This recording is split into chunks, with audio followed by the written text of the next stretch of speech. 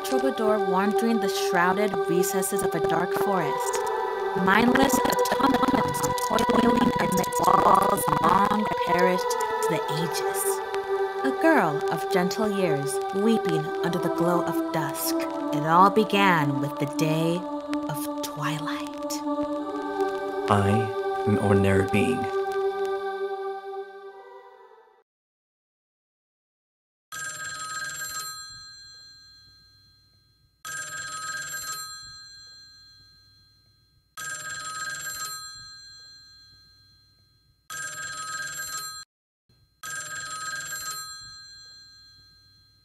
Go ahead, Kyle. Yep, we're good. I still hear the ringing. Is it just me? No, it's not just you. Okay. I still hear the ringing. Do I do the narration? Yeah, you do it in narration. Okay.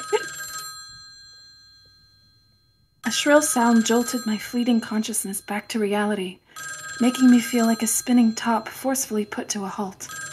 Not the most pleasant of feelings, all things considered. What? A tingling numbness crawled along my left cheek and arm. I had given up on forming sensible thoughts until my brain finished rebooting.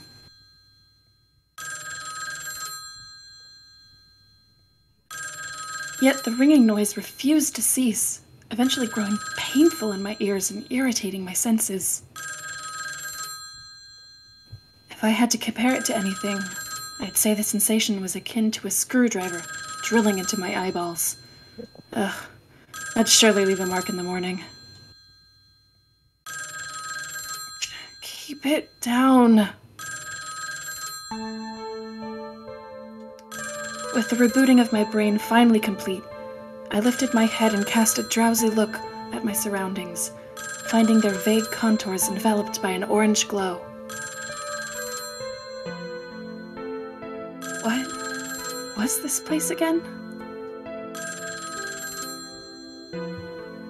After a number of hasty blinks, I finally began taking in my surroundings. Wooden desks and chairs ordered into neat lines, a blackboard, and a notice board with a bunch of notes stuck to it. It was a classroom. I must have fallen asleep and my head was still trying to figure out what was what. So nobody even bothered to wake me up after class, huh?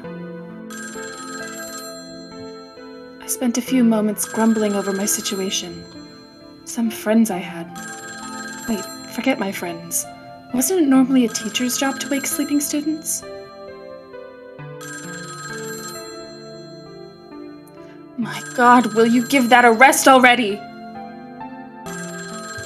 Irritated, I jumped out of my seat and glanced around the room. Wait a second, why is no one answering the damn phone? I was just trying to catch up on some beauty sleep over here. And then I finally realized something that should have been obvious from the start. What the? The classroom was empty. There wasn't a single soul in the room save for me.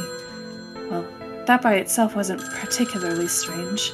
I guess everyone just decided to abandon me in my sleep, and I couldn't exactly blame them for it.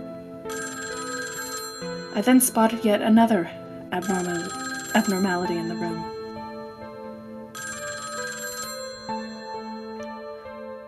Why would a phone be there? This was a classroom, so why would I be hearing a ringing sound in here? Whence comest thou, O sound? I spotted the culprit in question with little to no effort. An ancient-looking black phone rested conspicuously atop the teacher's desk. Are you kidding me? Who the hell left this here? Yet there it was, without a shred of doubt, filling the room with its shrill tone like it was the most normal thing in the world. It made my head hurt to the point where I thought the sound was physically tampering with my brain in some way. My body felt heavy and sluggish, like I had caught a cold or something. I certainly thought the situation was strange, but right now, The pain was my utmost concern. Ugh! Enough of your damn ringing already! I finally got close enough to pick up the receiver and put an end to this auditory nightmare. Hello? My frustration slipped into my tone. The person on the other end could no doubt make out the belligerent crudeness of it. The headache was seriously killing me, and the dizziness. Almost like I had a fever. It was so bright. I attempted closing my eyes, but the orange rays still pierced through my eyelids, making me feel as if my brain itself was illuminated by its flickering lights. However, the person on the other end of the line showed no sign of surprise whatsoever. His voice was dispassionate, cold as ice. My name is Tendo's Destina. Yours? His mechanical tone instantly dispelled the haze enveloping my mind.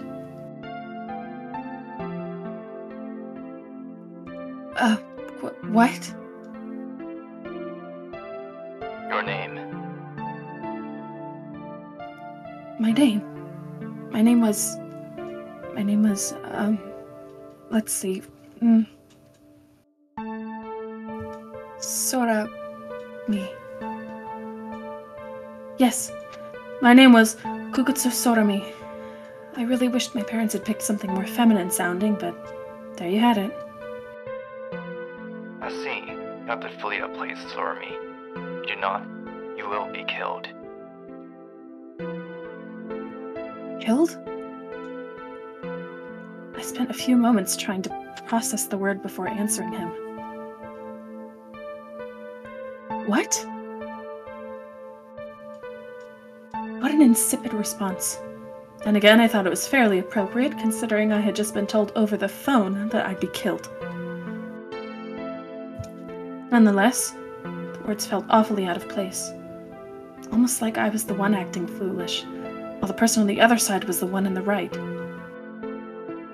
In this world, you're a guilt. I'll know what the role entails. A sacrifice. The question is, who desired such a thing? All I could muster was another what? I thought, or rather tried to think, that I had been the victim of one hell of a prank call. The answer should be evident. Only gods desire sacrifices. My brain had been in complete emergency mode for a while now, trying to tell me that I had gotten myself into a dire situation, that I was merely turning a blind eye to the problem.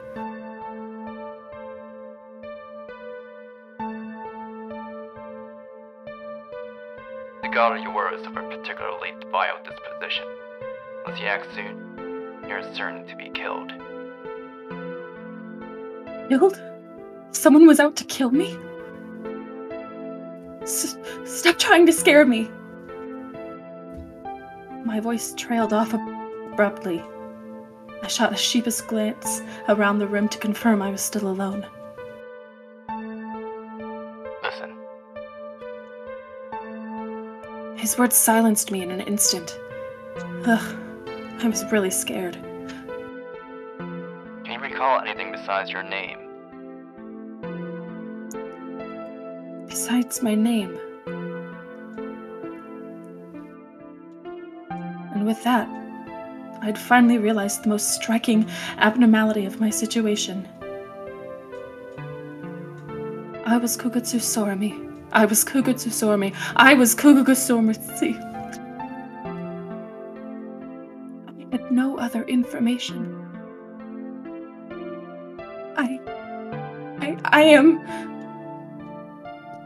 I felt as if a short circuit had occurred within my brain, and even the orange-tinted light filtering in through the windows worked only to accelerate my terror. Relax. There's no need to panic. Your situation is hardly unprecedented. The cold voice buzzing through the receiver soothed my panic-stricken mind. What should I do? For the time being, you must escape. I'm only attempted to find a route to your location. All you need to do is survive until I can reach you. Survive? What the hell was that even supposed to mean? Still, his suggestion did sound awfully appealing. All right, I'll do just that. But wait a sec, where am I even supposed to run to? Anywhere you wish. Is there anyone with you? No, I'm alone. Then look for another place just like that. You encounter someone? Do not make contact, no matter who it is. Understood? Yeah. Vital signs lost.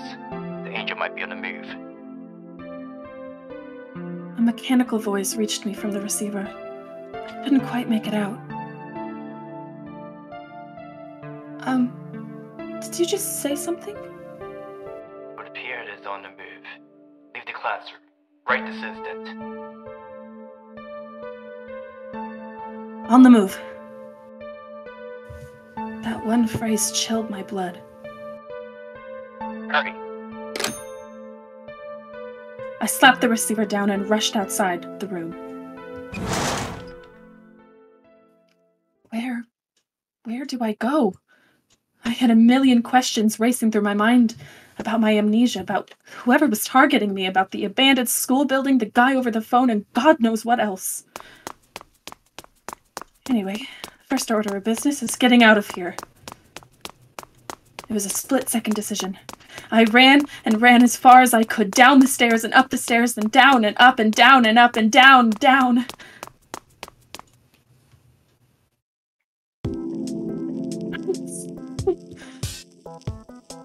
That's it. I'm done. I ran for 10 minutes straight, surprising even myself by such a display of stamina. Yet each breath I inhaled now felt a chore as my sluggish body was assaulted by a wave of unpleasant chills. I was now standing in a long, straight hallway with no idea where to go. Classrooms were locked, and even though I could probably kick the doors down, I preferred not to make a racket. I was going to be killed. Those ominous words still haunted my mind as I bolted through hallways that seemed to go on in endless circles. I had no idea if I was ascending or descending, nor could I even tell which floor I was on. Damn it! I was beyond clueless. Other than my past being one massive question mark, the present was a blur and the future even less certain. I felt as if fear had taken hold of my heart with an iron fist, making me sink deeper and deeper into its bog. Despite wanting to go home, I couldn't even recall where I lived. The only thing I still remembered was my name. I wondered if I had had a family, or friends.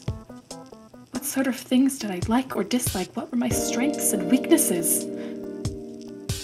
I couldn't even remember my own face all that well. I considered the straightforward possibility of this all just being a dream. With the faint glimmer of hope nestled in my heart, I decided to give my cheeks a hearty pinch. Ow. Seemed like I could feel pain, in which case getting hurt or even killed would feel just as real, even if this were a dream. I needed a place where I could be alone, somewhere I could hide.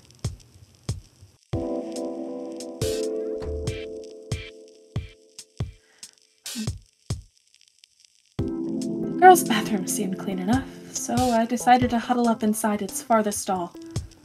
I sat myself down on the toilet seat, letting a sigh leave my lips as I hugged my knees to my chest.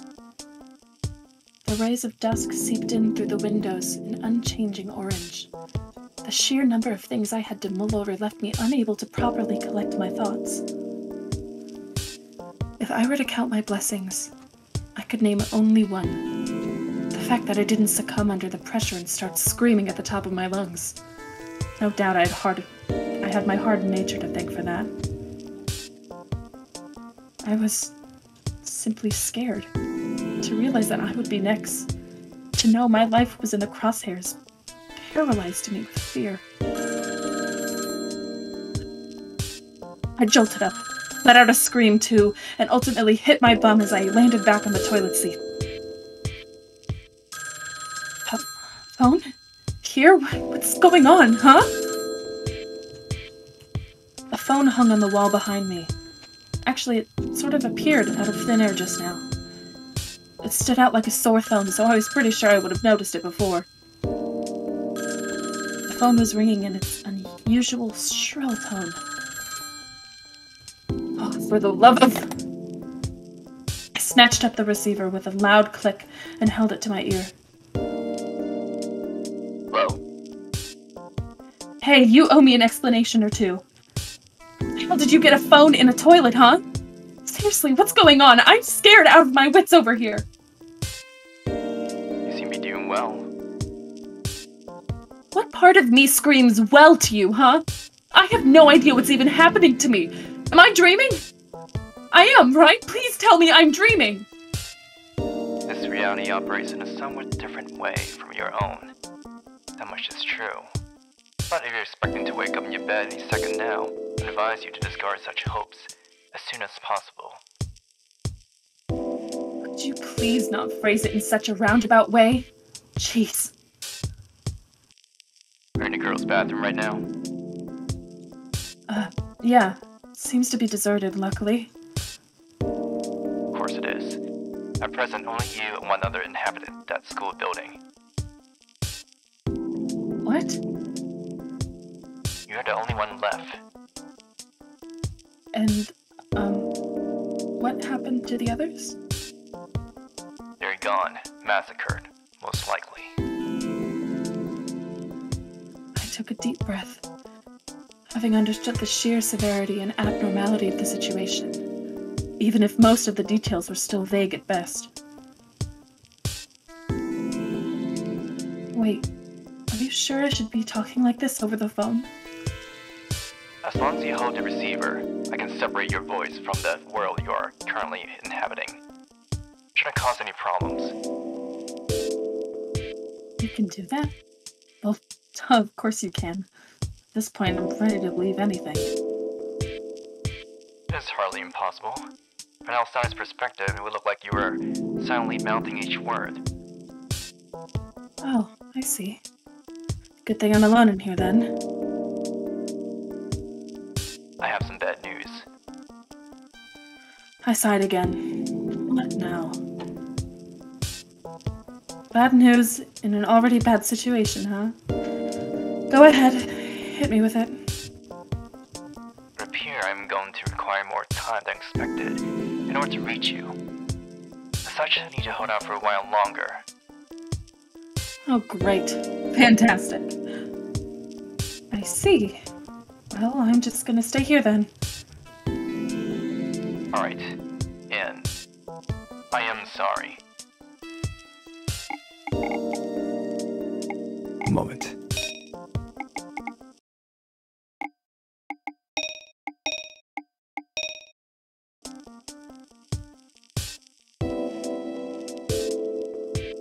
It's fine.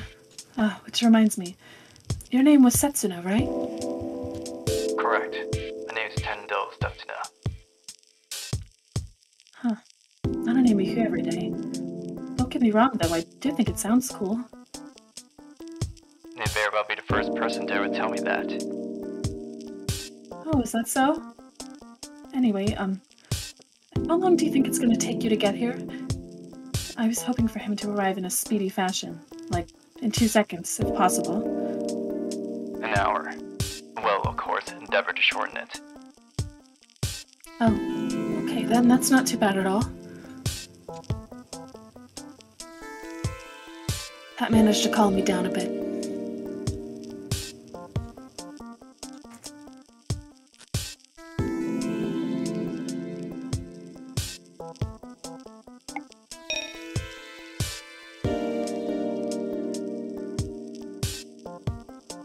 However, you'll most likely be attacked within 30 minutes. Your pursuer may not be able to pinpoint your exact location, but she knows you're there somewhere. And with that, All my optimism flew right out the window. I see. Are you not afraid? I gave an honest answer. I'd be lying if I said I wasn't, but everything feels so vague. I guess I could chalk that up to my amnesia. I have no idea who I am, why I'm here, or why I'm even amnesiac. See? You're lost, unable to understand what is happening around you. You may not even need to understand. Not sure if that was intentional or not, but it almost felt like he was mocking me. I would like to understand, thank you very much. Even if I have to beat the answers out of you. That would be extreme. Well, I seem to be an extreme girl. Although I can't exactly confirm that without my memories. In any event,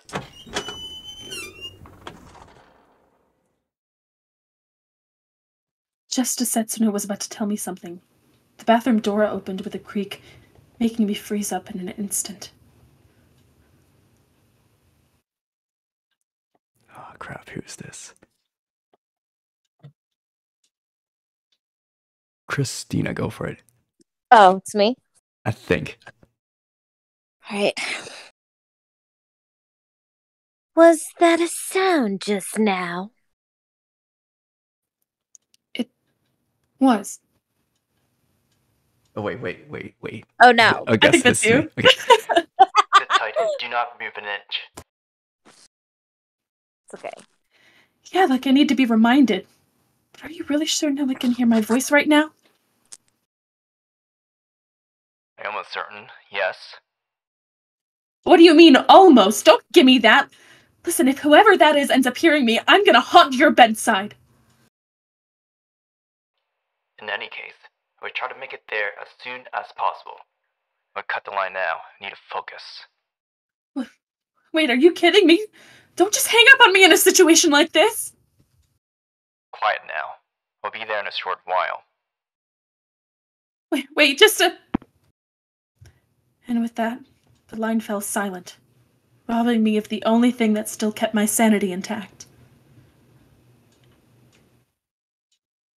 What had gotten into me? I was relatively fine until a minute ago. Lively, even. Fat beads of sweat began accumulating on my forehead, yet all I felt was a chill rushing through my entire body in a current, accompanied only by the incessant beating of my heart. I was afraid. The person in the bathroom gave off no sounds nor any indication of movement. But I knew they were there. How could I not? I ended up having to bite down on my own hand to suppress the clattering of my teeth. In fact, I bit so hard even a few droplets of blood gushed out. Nonetheless, I had no intention of making even the tiniest of squeaks. Christina, maybe? Probably.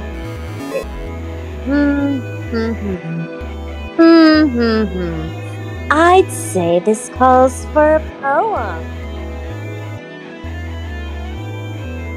Fee-fi-fo-fum.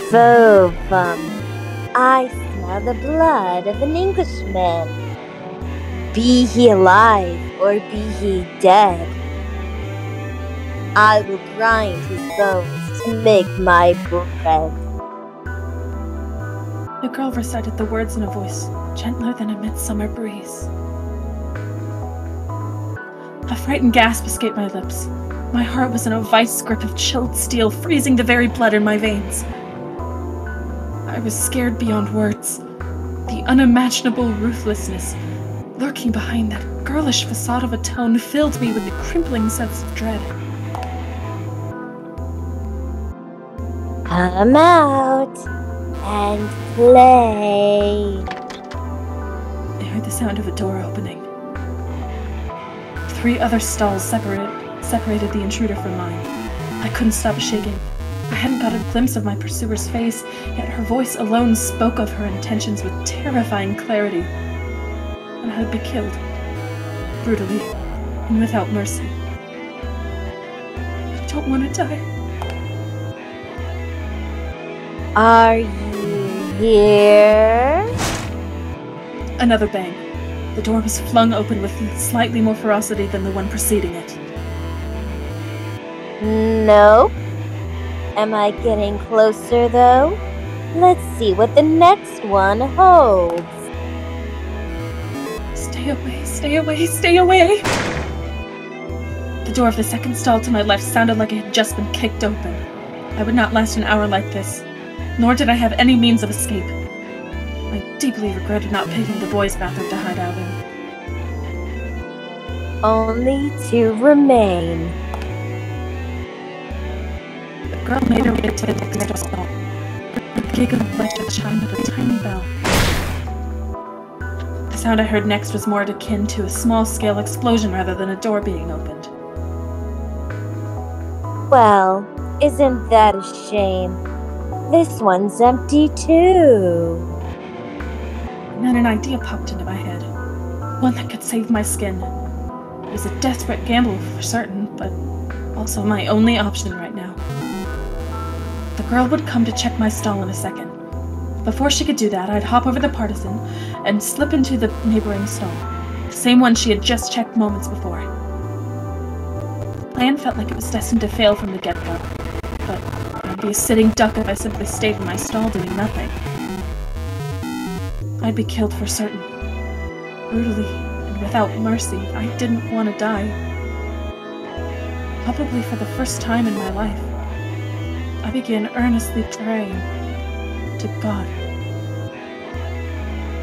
Please, God, hear me out. I need help and lots of it. I'm begging you.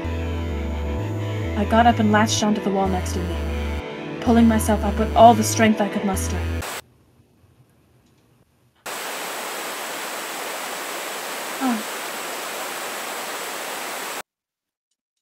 From beyond the partition, a pair of crimson eyes were fixed on me, staring intently.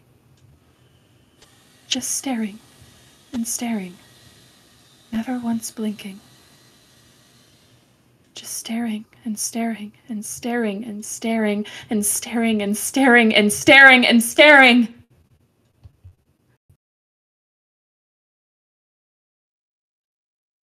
The girl's lips slithered into a broad smile. Found you.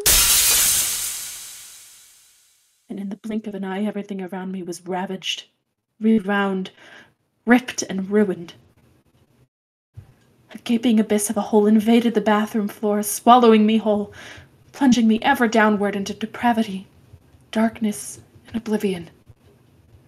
The dark of midnight enveloped me at all angles, threatening to devour me.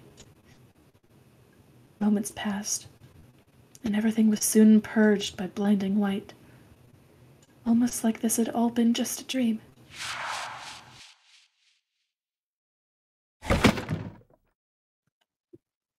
Yes, it was a dream. Huh. I shot an alarmed look around the room, only to be met with the displeased gazes of my fellow classmates. Wait, what? My gaze met with that of a middle-aged man standing tall on the teacher's podium, eyeballing me with an expression of clear astonishment. Jordan?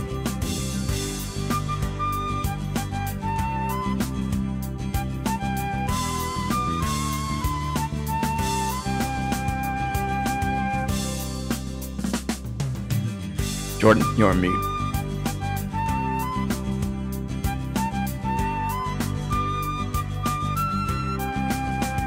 Oh, I see how it is, Miss Kugutsu. Do you find my classes that tremendously boring, huh? No, sir. This is a misunderstanding. A big, nasty misunderstanding. Then mind explaining to the rest of us why you felt the need to stand up and scream in the middle of class while looking like a deer caught in headlights.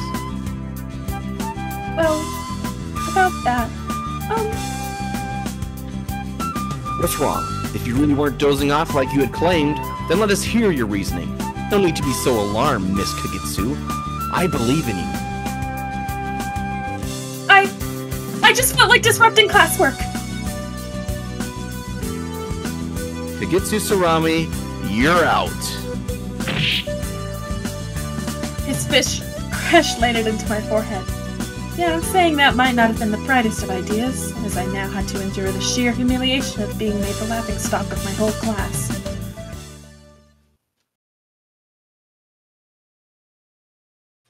I want to die.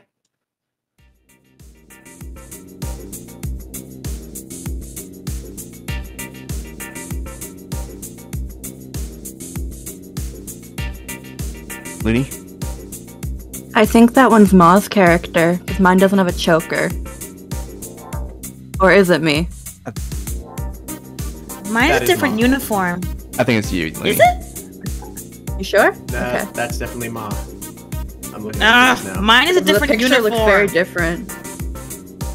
Ah, damn it. Why do the characters have to look so similar? No, Looney, go for it. I don't care. Alright. Maybe you really should just kick the bucket, huh? I'm starting to be ashamed of even being your friend, you know?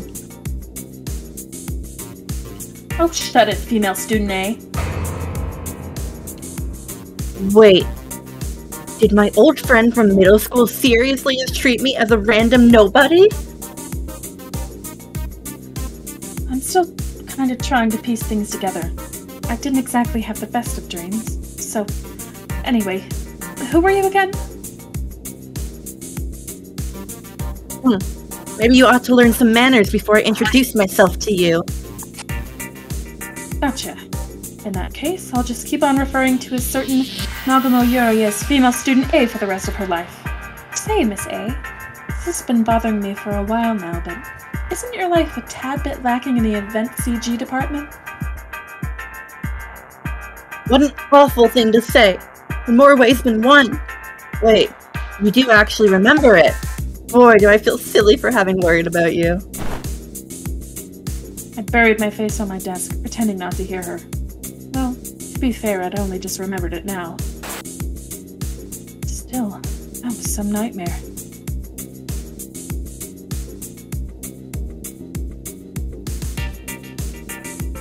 Oh? Are you the type to remember your own dreams, Sorami? Sort of. When it leaves a strong enough impression, I mean. But I usually forget about them within the day.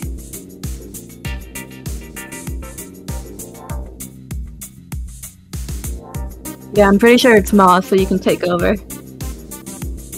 Sorry, it's just that she was wearing a different uniform and the picture was like, whoa.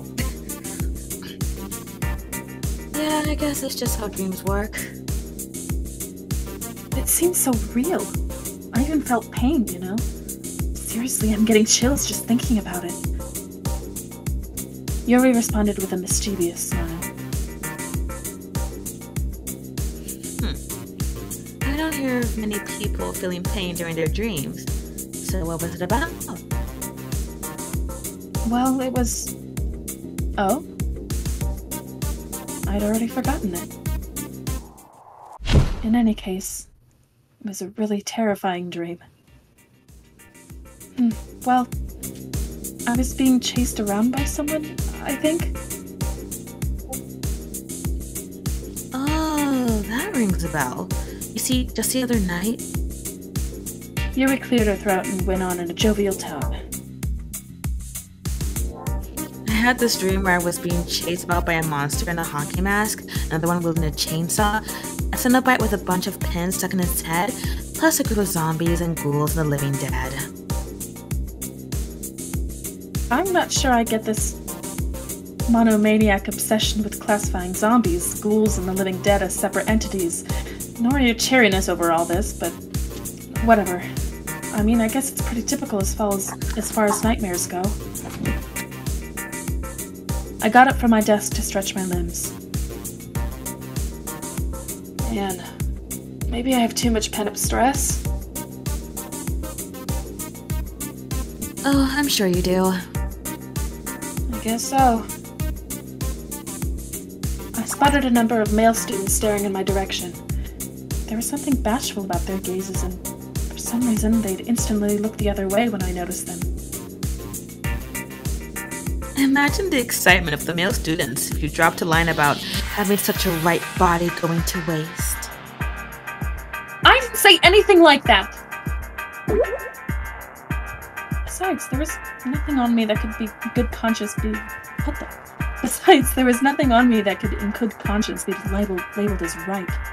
On the other hand, there was still room for improvement. Anyway, you want to just shoo those memories away.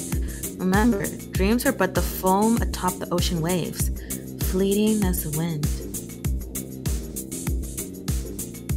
And therein lies the beauty of sea spray and dream alike. The more ghoulish the nightmare, the finer it shines in the eye of the beholder. You trying to win a poetry contest with that? Yuri responded with a chuckle, then waved at me as she went on. Anyway, my club's waiting, so I gotta run. Catch you tomorrow. Later.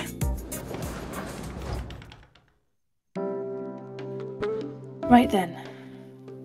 That conversation just now managed to stifle some of the uncanniness I initially felt. Guess I'll just head home and...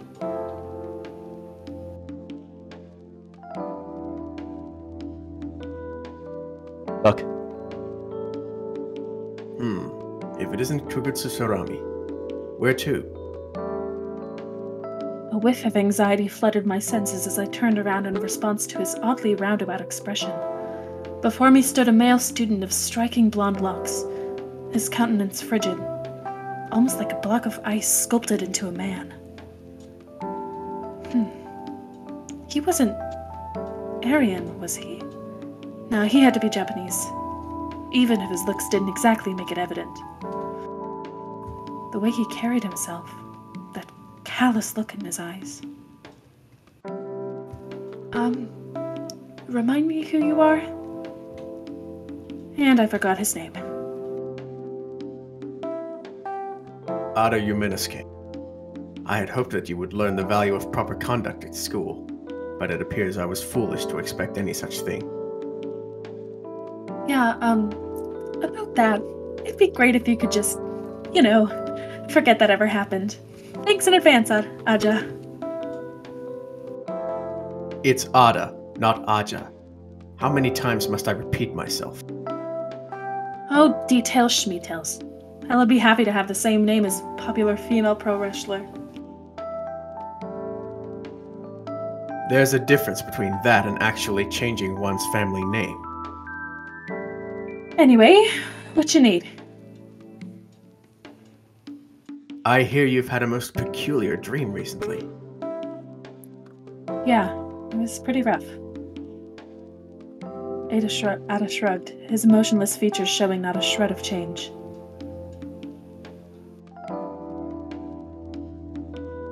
Dreams are rooted in reality. No matter how absurd a form they may take, what you witness in your dreams will always be fraught with morsels of genuine memories. Oh, that's so. Yes. Do you happen to remember the contents of your dream? I see how it is now.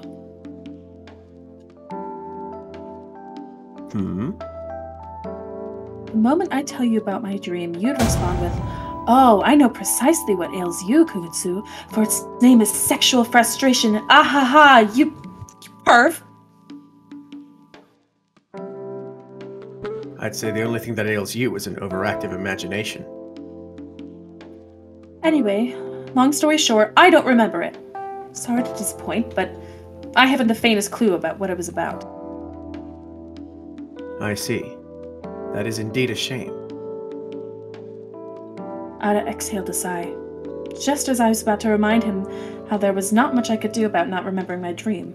I spotted a girl standing behind him, exuding an aura of grace. Ah, right. She must be Ada's girlfriend. Let us be on our way, Yume-sake.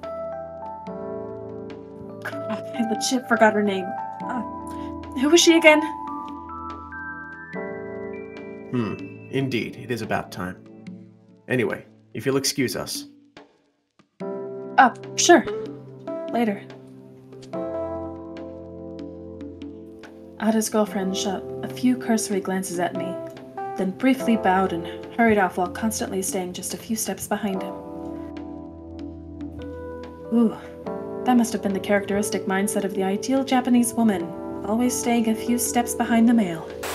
Or, wait, there was actually a different interpretation in some book I read a while back. How staying a few steps behind was the ideal way to avoid landmines, by letting the one in front take the first hit, that is.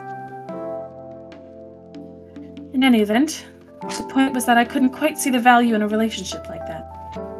Having just declared that, though, I didn't actually know much about the two. But for some reason, I had the feeling of certainty.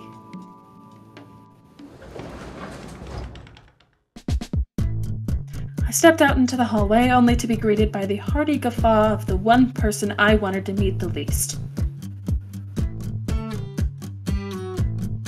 Well, well, Miss Kugutsu. Have you reflected upon your actions? This person was called... let me see. Professor? I spoke with Naguma earlier. She said you still haven't quite woken up. She's so in for a world of hurt for running her stupid mouth. I'm really sorry, Professor. I won't let it happen again.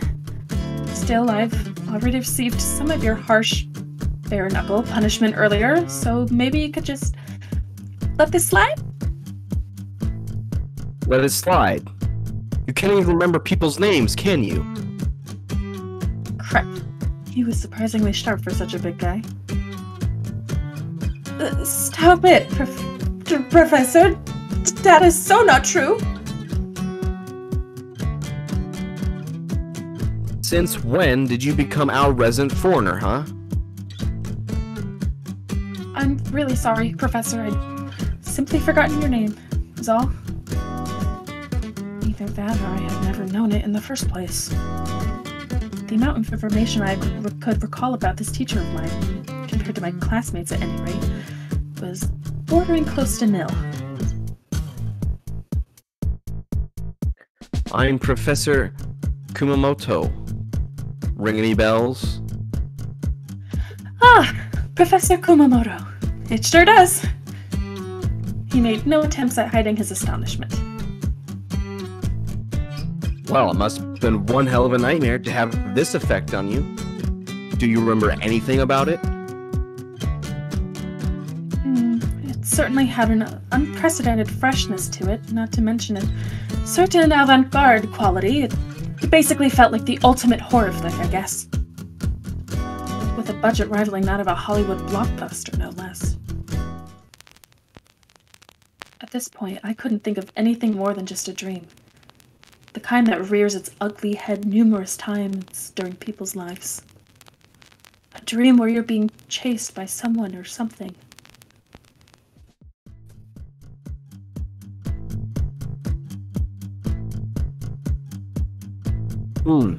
Being chased by something, huh? Strange. I don't recall giving you that much homework. There was homework? It had completely slipped my mind. Sure, there was. The kind that I very much doubt you could finish in just one day. Well, I did give you the assignment last week, though. His expression shifted into that of a teacher looking at a soon-to-be dropout. You can't remember it? Seriously, what am I going to do with you? It seemed like he did consider me to be on the level of a dropout. I am utterly and thoroughly ashamed, sir. I scratched the back of my head. It wasn't like I could really help it. After all, I had no memories to work with. Wait a second. I did have memories. Oh. What's wrong? Nothing. I just remembered the assignment. An essay in English, right? Huh. You're not completely beyond help, I see. So, think you can pull it off? I do. In fact, I'll finish all of it. Let's see. I was going to hand in some sorry excuse for a rushed draft. I was planning on giving it an extra polish today, then hand it in first thing tomorrow morning. Well, aren't you the model student? Yep, I sure am. That's just how things are. I'd say it's proof of your hard-working spirit. I never really considered myself a model student, really. I see. Well, let's leave it at that. The important part is that you don't forget to hand in your assignment tomorrow. And try not to have any more nightmares, alright? Yeah, controlling what dreams I have is beyond impossible, even for someone like me. Someone like you? Just how high of an opinion do you have of yourself, huh? Whatever. Maybe try stuffing something cheery under your pillow. Oh, then I might try one of the Noodles DVDs. The Noodles were a comic duo known for their TV performances, but rather their stage appearances. And though I was not able to go see them live at a theater, I did end up buying their sketches on DVD. Well, I realize my constant praising may not change too many minds, so go check them out yourself. And that's it for my brief PSA. A few sketches have horror elements in them, so be careful. You seem awfully well versed on this subject, Professor. After spending a good 10 minutes losing myself in a heated discussion with Professor Kumamoto over the merits of this or that comedic duo, I decided to finally excuse myself and be on my way.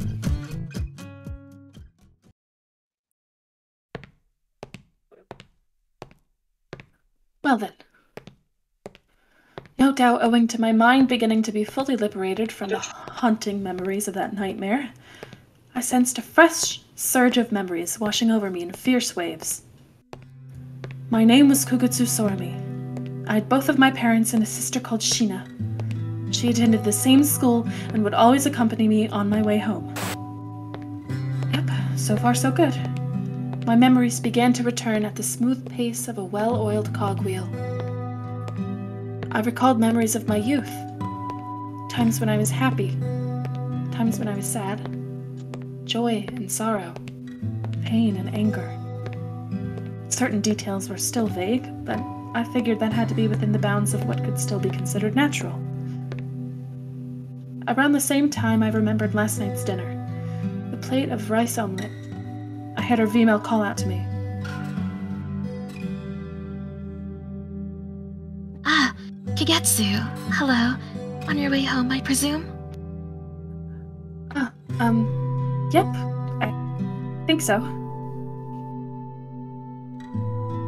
Don't let me keep you waiting then. Don't let me keep you waiting then. Your sister's waiting. Can I ask you something? Who are you?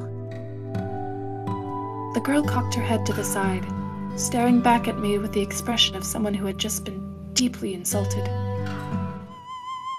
She bore a slight resemblance to a certain white-robed ghost from a horror flick that was all the rage just a few years back. In any event, she gave me the chills.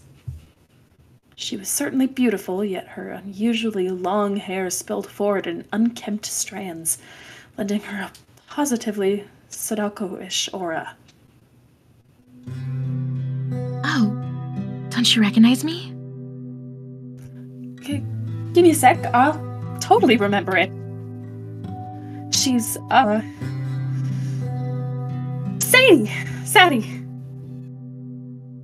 That's just my nickname, though. Not my real name. Sorry. Let's see. Suddenly it came to me. Wait, no. It didn't quite feel like remembering something. You're Urushibara Aomi, right? Aomi nodded, her features loosening into a lovely smile. Yep, you got it. I'm so happy. I'm Urushibara from the Broadcasting Club. Nice to meet you. Oh, so we were strangers. Yes, we were, Miss Amnesiac. Actually, my memories came back just fine. I sort of just needed to, get my act together and stuff. Oh, that's no fun. I fell asleep in the middle of class and had this pretty vile nightmare. Kind of ruffled my senses, to say the least. But that's all behind me now. I'd take all those haunting memories, chuck them in a room, and swallow the key. Be done with them, so to speak. But just like a stubborn piece of chewing gum refusing to let go of one's shoe, they kept tormenting me. Even now. I wondered if torment would truly be the right word to describe it. What if they were a warning? So, what kind of dream was? No idea. Totally forgot about it. Yep. It's all gone. Poof. Just like that. Overwritten. No backups. I keep telling people to use the save as function, though. Not me, that's for sure. I mean, we've just met. True enough. She gave me a comprehending nod. Our conversation was really having a tough time moving forward. It felt kinda odd. Anyway, did you need something from me? Well, I sort of felt like talking to you. Me? Yes, you. Another lovely smile. The kind that could heal the sick. She really should try to make that her default expression, because the moment she shifted that frigid glare of hers, it was back to creepy ghost mode all over again. Boy, I was really being rude to her in my mind. And I just met her! Well, fine. What do we talk about? Nice weather we're having, don't you think? That's where you want to start?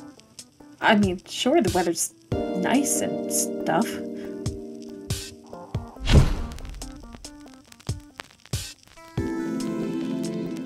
I couldn't finish the rest of the sentence as the blinding orange of dusk invaded the corridor through the windows. All of a sudden, I recalled the nightmare. That's right. Back in the dream, I was sleeping at my desk in the classroom.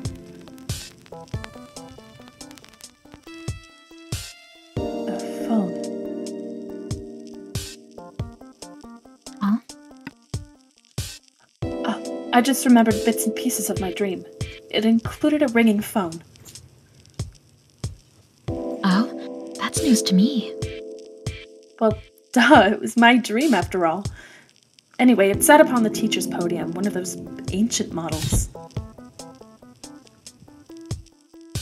The memories of my dream came trickling back into my mind in gradual fragments.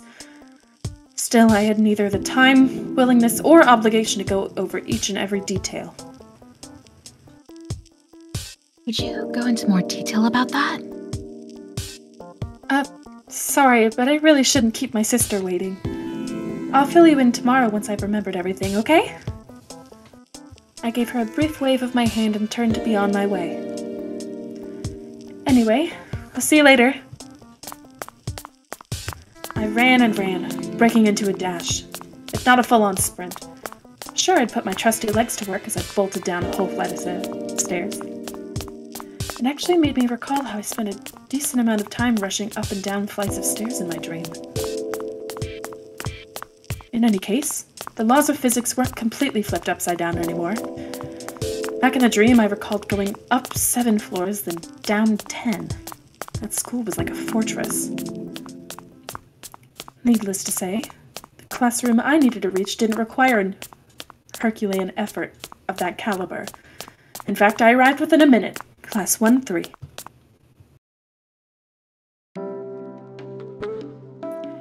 Let's see. Found ya! I carefully slid the door open and inspected the classroom. And there she was, gazing idly out the window. It appeared she had yet to notice me. Or maybe not. She abruptly turned around, meeting my gaze.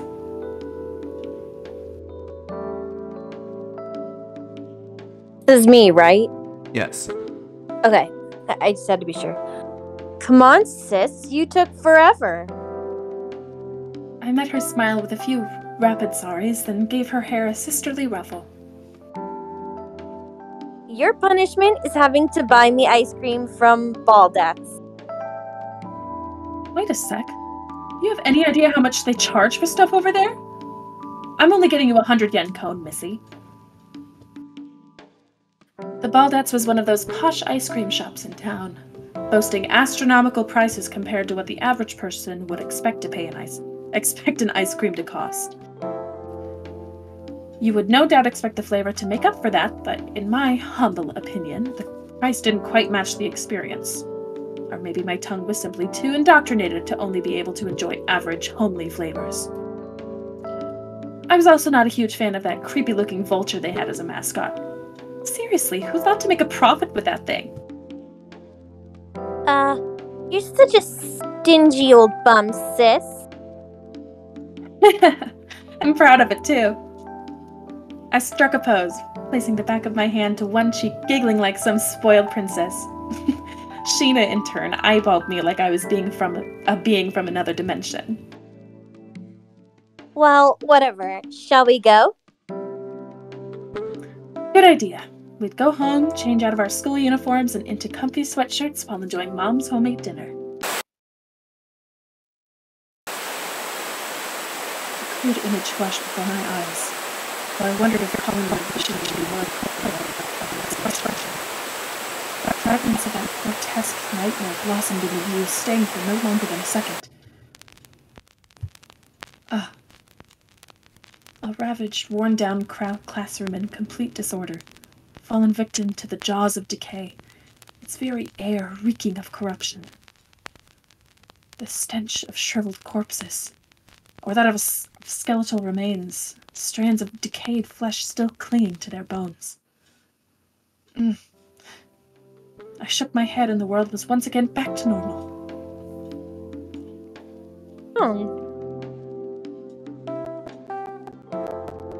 Wow, that dream really did a number on me. What dream? The kind where I was being chased by someone. It was like watching TV and see a momentary flash of static flicker on screen. Almost as if someone was jamming my vision. Every time it happened, my eyes would see through the veil of a clean, ordered world and gaze deep into a hellish abyss in all its wretched glory. Dozens upon dozens of corpses littered the hallways under the scarlet rays of dusk. The tortured, mutilated remains of people massacred by this world's omnipotent tyrant. The sheer volume of the audio-visual stimuli flooding my senses left my mind a complete and utter wreck. I fell to my knees in the middle of the hallway as an oppressive feeling of nausea overcame me. The kind that could make one's stomach entirely too eager to part with its contents. The phone's incessant ringing wouldn't let up. It's shrill, like the echo of distant thunder. Sis, are you okay? We needed to get out of here, and fast. However, we couldn't stray too far. We still had... right. An hour. We had to stay within these walls for a whole hour. An hour? Shiina gave me a puzzled look. I took her hand, driven by a sisterly feeling of responsibility to protect her. Anyway, we need to get out of here. But why? No buts. I took off, forcibly pulling Shiina behind me as the two of us raced through long hallways, swiftly yet with no particular destination in mind, focusing on one thing only: escape. Soon enough, the world around us began to shift and distort. I turned around only to witness the hallway behind us being painted anew in midnight colors, its walls viciously eroded by darkness, the hue of tar. Huh? The sun abruptly vanished, allowing the frigid night to take over its domain. I inhaled a lungful of the stagnant air, detecting, ever so faintly, the acrid stench of decay. Shiina, I want you to be a good girl and just do what I say. Realization dawned upon me. What I had experienced before waking up was no mere nightmare, but a palpable, tangible reality. Or could this be the dream? An eerie darkness shrouded the hallway in gloom, thick enough that I was having difficulty making out Sheena's face. The moment I placed a foot on the floor, I felt my balance slipping. The linoleum flooring beneath my feet had rotted away, catching one of my legs in a chasm of impenetrable blackness. Sorry! Pull me up! Shiina wasted no time in rushing to my aid, attempting to pull me up by the arm as I steadied myself with the leg I still had free. As she did, I felt a jolt of pain in my ankle, the one lodged in the floor. Oh! Just a bit more? Suddenly, my body slipped free and I collapsed on the floor behind me. Whatever had been locking my ankle in place finally let up. I ended up tackling Shiina with my back, pinning her on the ground. Hey, that hurt. Sorry. I'll get up in a sec. As I placed both hands on the ground and was about to push myself up, I felt an odd sensation at my ankle, the same one that had just been rescued. Sis, your leg!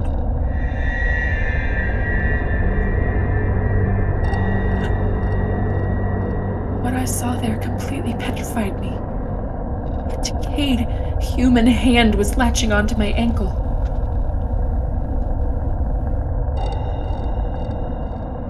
Shiina staggered backwards with an expression of pure disgust. I attempted to shake off the hand, but all my efforts proved fruitless. It refused to let go. Persistent little... I put my free leg to use without hesitation, launching a fierce kick to rid myself of the stubborn limb.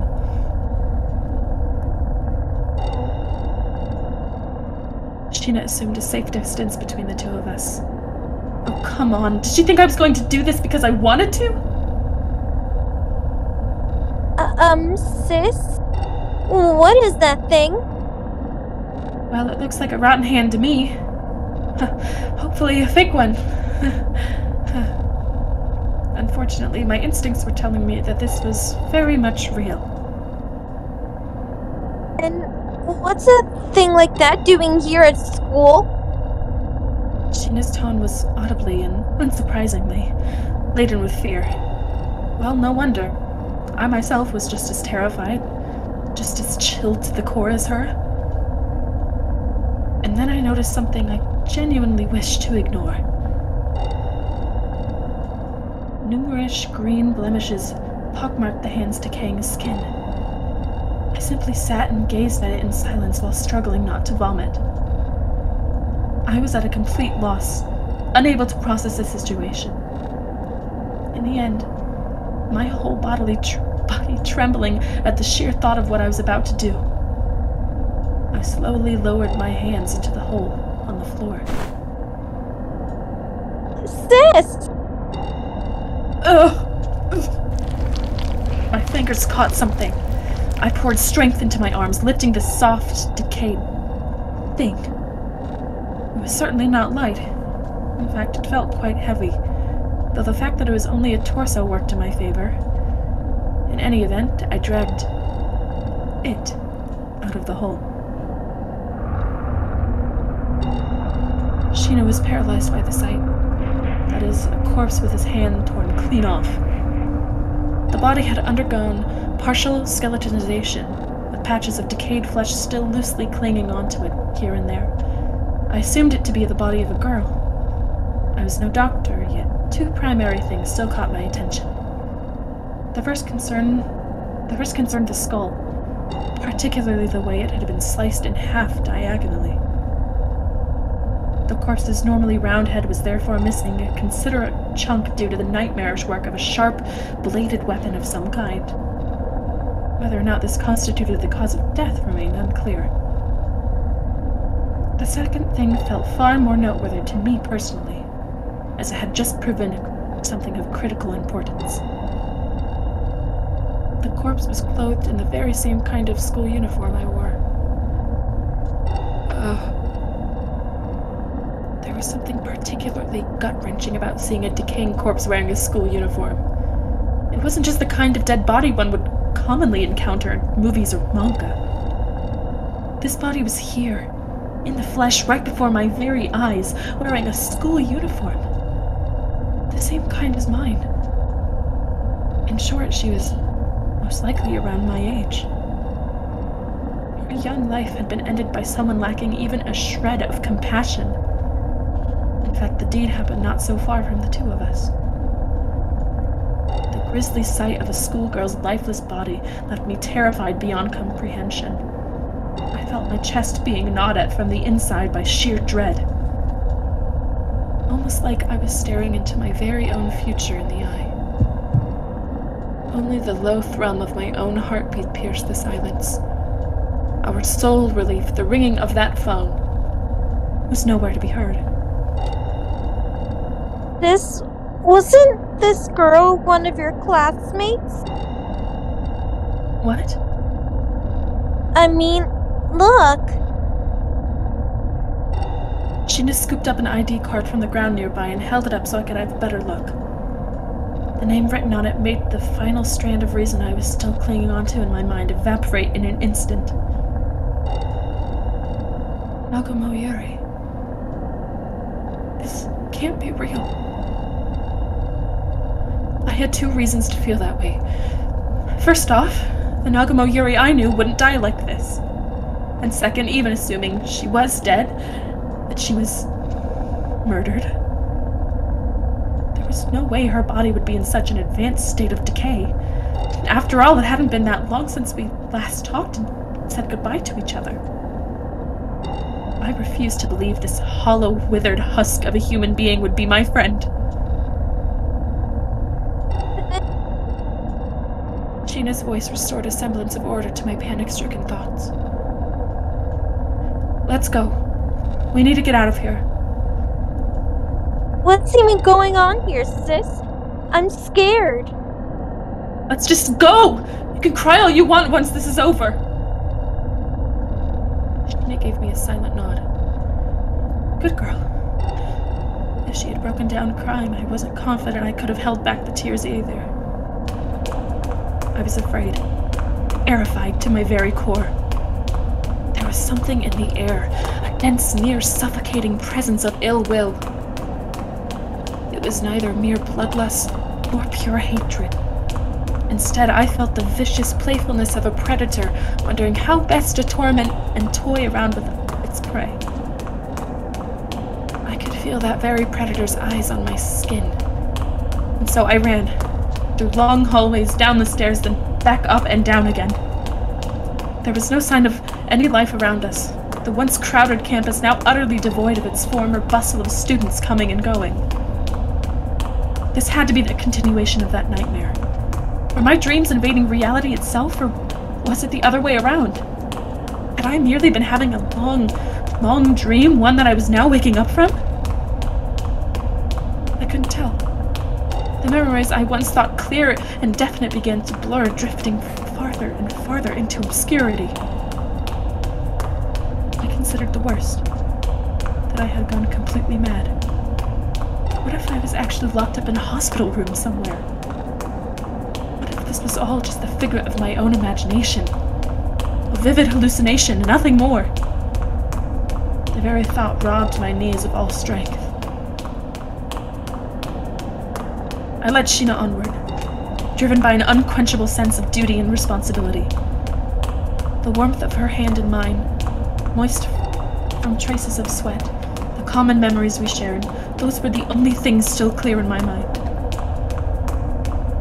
Sis, we should stay in that classroom. I felt her pulling on my arm. It wasn't a bad idea. The classroom certainly was more appealing than an endless trek through the hallways.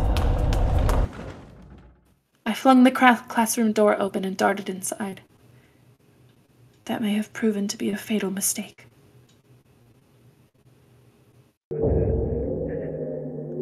Both Shiina and I were left speechless by what we found inside.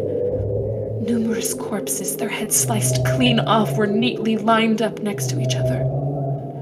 There were roughly an even number of male and female students among the bodies, each wearing a school uniform.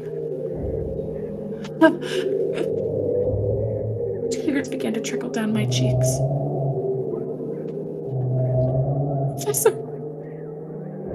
Professor Kunamoto was up on the podium.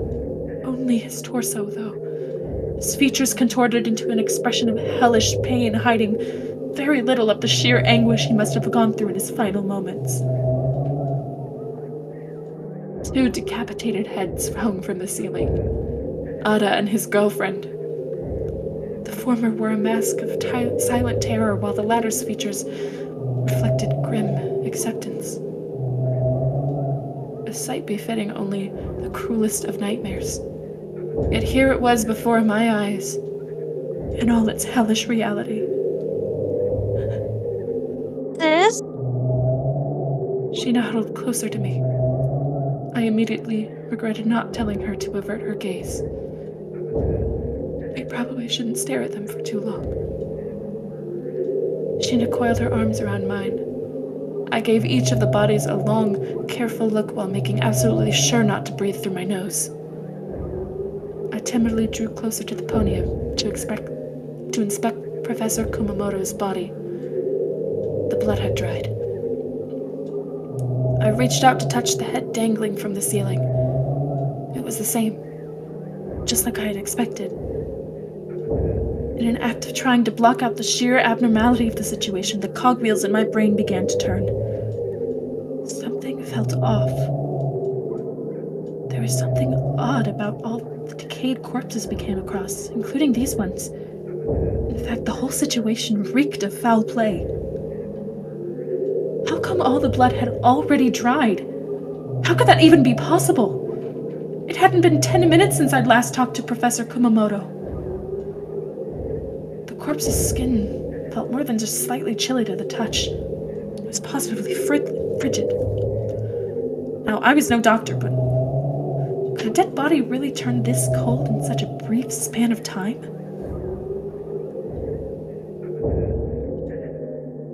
What's wrong? I don't know.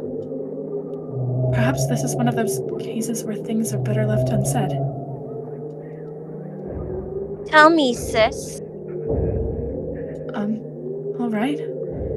So I met Professor Kumamoto just a short while back. Then Ada and his girlfriend. Right. And then I had this thought. Basically, aren't the corpses too cold? I know I'm being silly. It's probably not important. Yeah, I guess it's not. I mean, look around us. There are real, actual corpses here. Shiina nodded in agreement.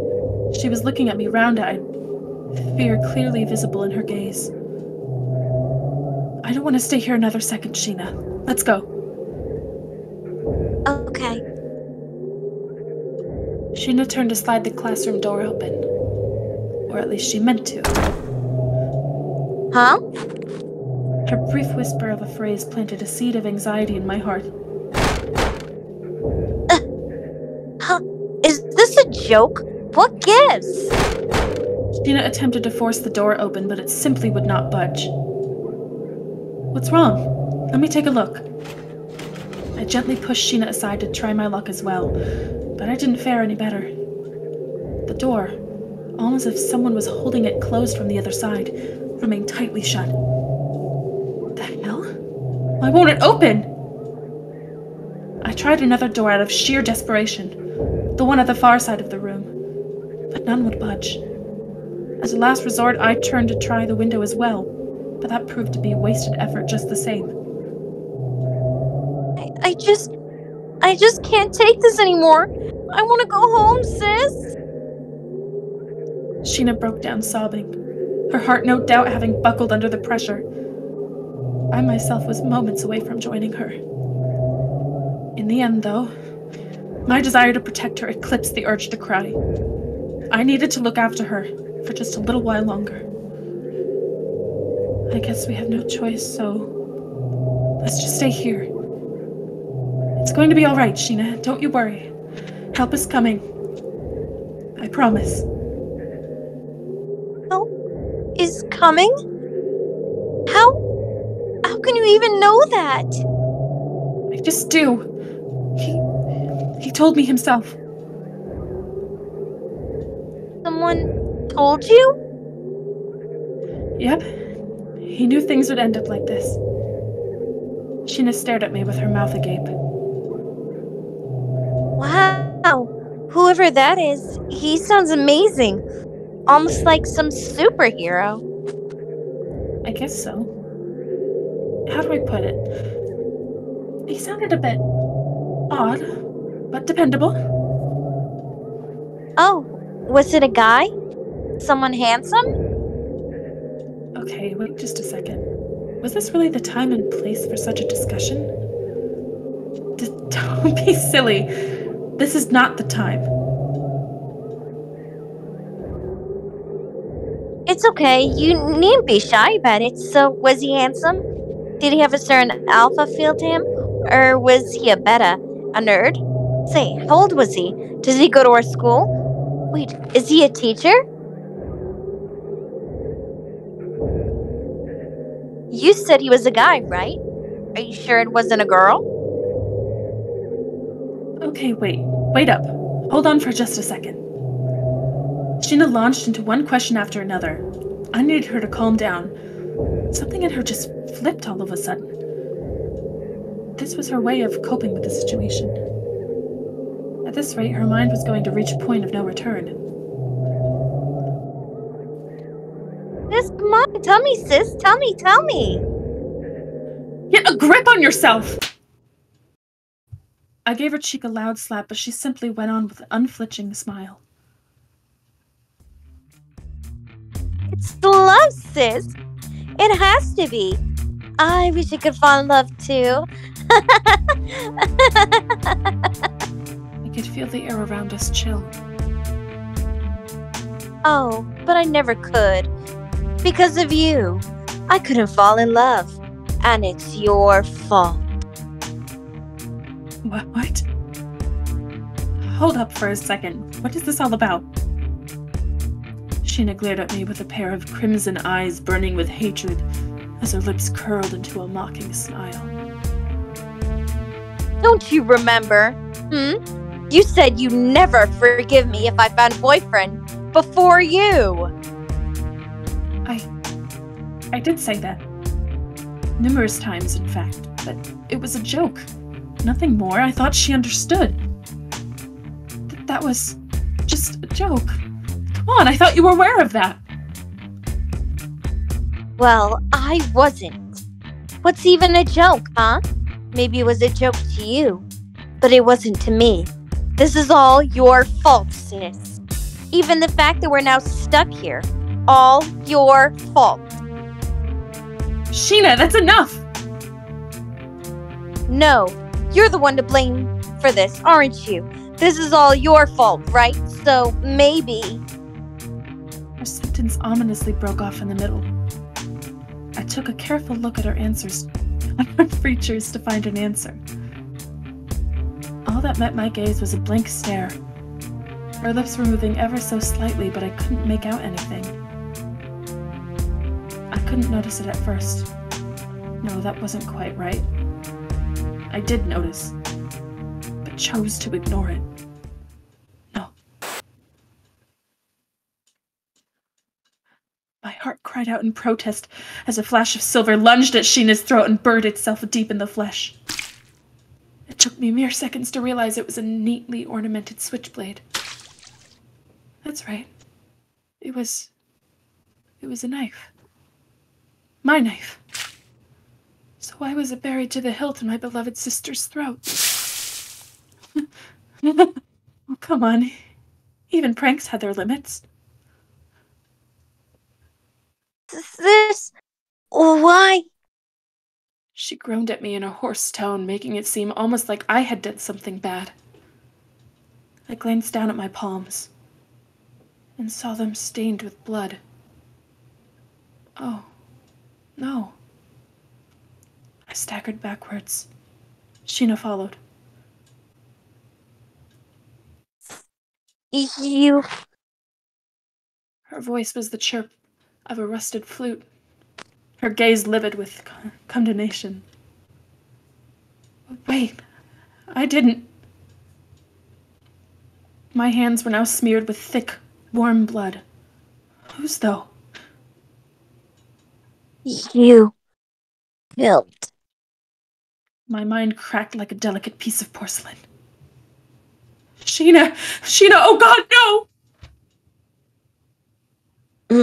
Murderer.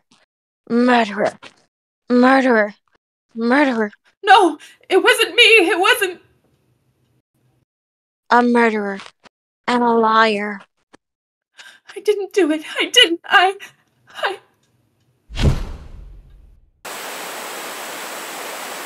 Memories came back to me in vivid detail. How fed up I had been with Shiina's hysterical questioning. I casually pulled out the switchblade from my pocket. Ah, right. I stabbed her. No. I did think her irritating at the time, but who wouldn't in a situation like that? I may have wished for her to disappear, even if it only lasted a mere second. It was the kind of fierce, murderous impulse we all have from time to time, but one that barely anyone genuinely follows up on. There was no way I would kill her. She was my sister, my very own blood. Why would I plunge this knife into her throat? Ridiculous! It was all an illusion, a hallucination. The warmth of her blood, the way it trickled down my palm, everything. It had to be.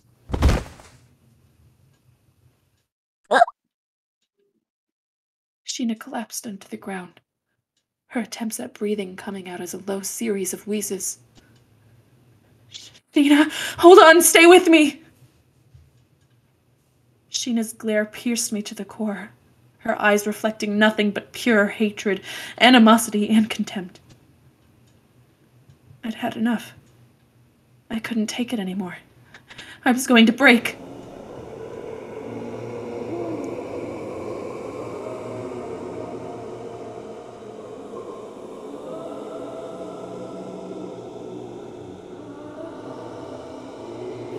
My thoughts were interrupted by the familiar voice of a certain teacher. Professor Kumamoto was staring right into my eyes.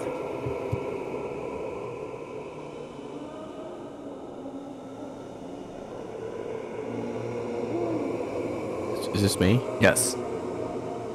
Is this me? Okay. You killed her. Yes, you. I saw it. Nice and clear from up here. You killed her. And only you. You're our murderer. I was being chastised by a torso. Yep, I'd say it was almost time. Time for my sanity to hand in its resignation and be off on its merry old way, that is. Enough with the smoke and mirrors, Kugutsu Sorami. You are the one who killed her.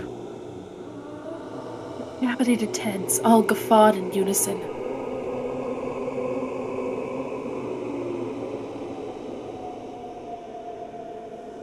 Is that me? Just go for it. He's right. You murdered her. You and no one else. I killed her? I murdered her? I ended my own sister's life? All their dead eyes fell upon me in an instant, condemning me as a murderer.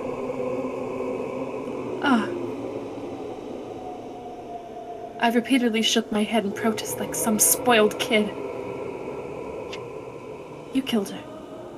Kugutsu Sorami murdered Kugutsu Shiina. That was the evident, undeniable truth of the matter. No, I didn't do it. I'd never kill anyone. This was insane, utterly and thoroughly. The warning signs wailed in my head like the relentless buzz of an insect swarm. Something was off. This entire situation reeked of lies and fabrication. I didn't kill her! My scream silenced their condemning hisses, leaving Shiina's lifeless body on the ground. I somehow managed to stand up on my feet. Listen to me already! I did not kill her! I once again reached out towards the classroom's sliding door, all while trembling like a newborn fawn. It slid open without resistance. I stepped outside, a sigh of relief leaving my lips.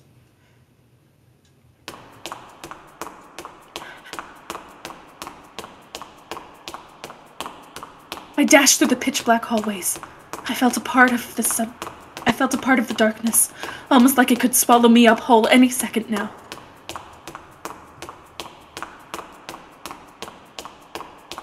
A soft giggle echoed through the hallways, malice seeping into its every syllable. I bit back a scream, never once slowing my advance.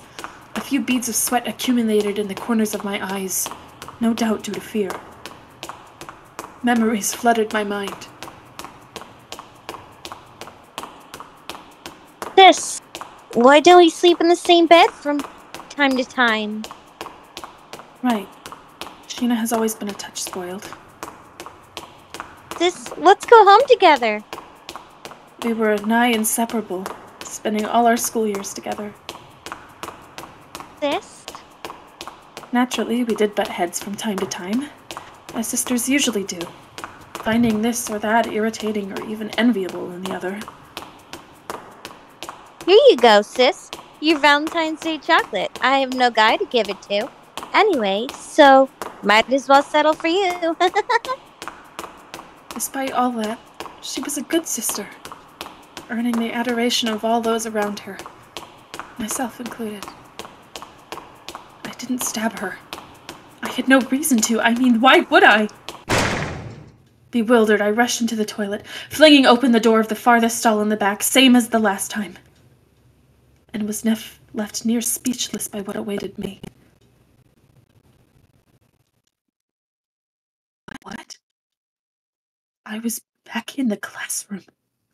The bathroom stall door I opened had turned into the same old squeaky sliding door that led to the classroom. Welcome back, sis. And in there stood my own sister, completely unscathed, almost like that incident with the knife had just been a dream. What's going on? For a brief second, I even forgot to breathe. My brain had already entered a state of overload from the myriad of unanswered questions it was attempting to process. I felt my mind on the brink of collapse. Sis. Why? Shiina's smile withered in an instant as she grabbed me by the throat, lifting me up. My feet kicked and struggled as I hung in midair, but Shiina met my resistance with an ever-tightening grip, her strength out of this world.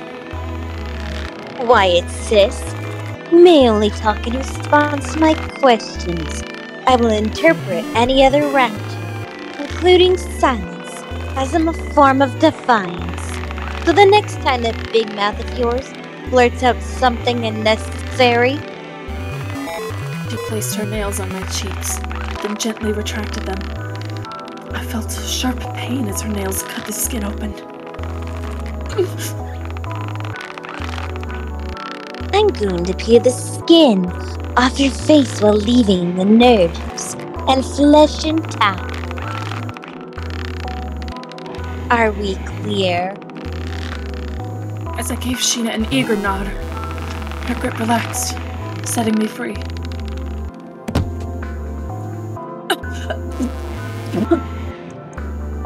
You said help was on the way. Is that true? Probably. The moment I uttered the word, a tremendous blow crashed into my stomach and sent me flying a few meters back, straight into a wall. I felt like my internal organs had just been crushed by the sheer impact of it. I don't want a maybe. Yes or no? Will he come or will he not? Are you too stupid to understand such a simple question?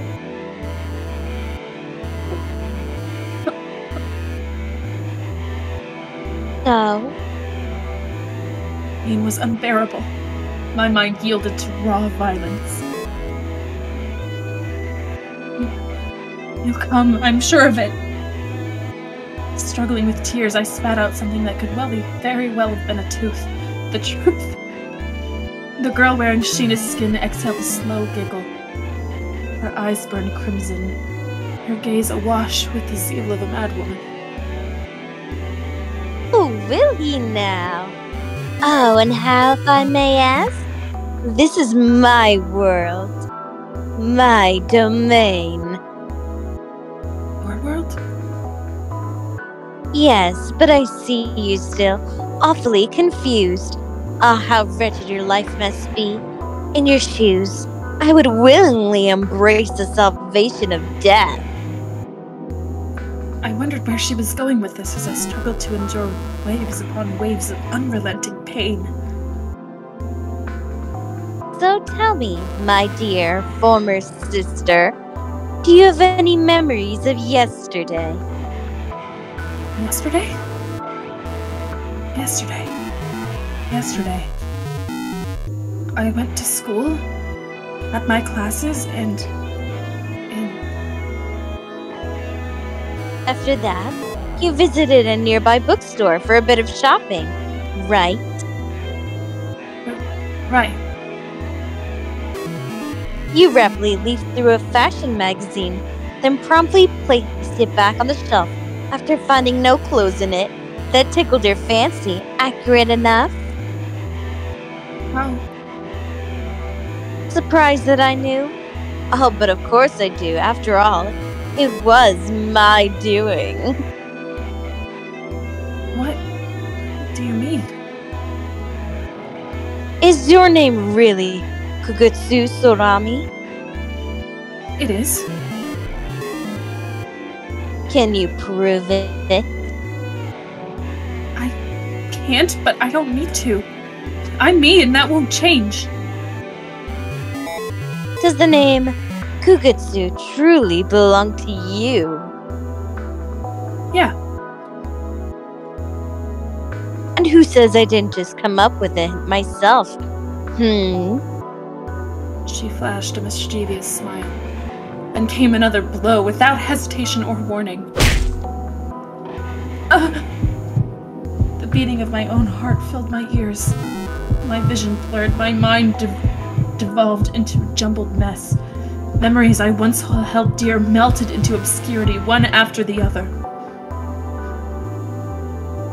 Exactly. You have nothing. Your personality, your memories, all lies and fabrication. The only thing you can call your own is that face of yours. Stop it, please! Big Sis is here for you. I have to protect my precious little sister. I would really give my life for her. What utter and complete tripe. I desperately wished to cover my ears, but I realized I had to hear her out. Or rather, I knew she would kill me unless I listened to every last word. And so I steeled myself, ready to endure everything as she ridiculed all I held dear, mocking me in my misery. It was hell itself. So, if that's true, then who am I? Who knows, you see. Someone whose name I forgot handed you over to me. Honestly, I have not the foggiest clue as to who you were.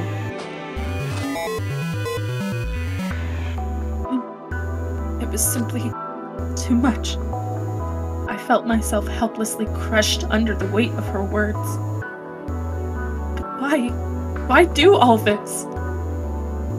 This, huh? Am I really being that cruel, I mean, think about it. People die all the time. They're expandable. They're born. They live. And they perish. That's it. So who are you to judge me if I happen to use them for my own amusement? Or amusement? Exactly. No matter how many times I crush and break and kill them, they just keep on coming back. You're playing to me. Dear sister, nothing more. My very own puppet. Memories I tampered with. Myself. Your anger burned in me. And all I felt was my entire body growing colder and colder. She was no human. In fact, she looked down upon them as cattle. In her eyes, I was no more than an insect, ready to be massacred on a whim whenever it would please her. You. What are you? She responded with a vile howl of a laugh. What do I look like to you, your adorable little sister? Yuri, or Professor Kamamoto? Ada, someone else whose name you can't even recall. None of them, right? Right? Realizing she was expecting a reply from me, I gave her one, albeit timidly. You're not human. I can tell that much at least. So what am I then? An angel? Or perhaps a demon? She narrowed her eyes. If I made a mistake here, I knew she would pulverize me in an instant.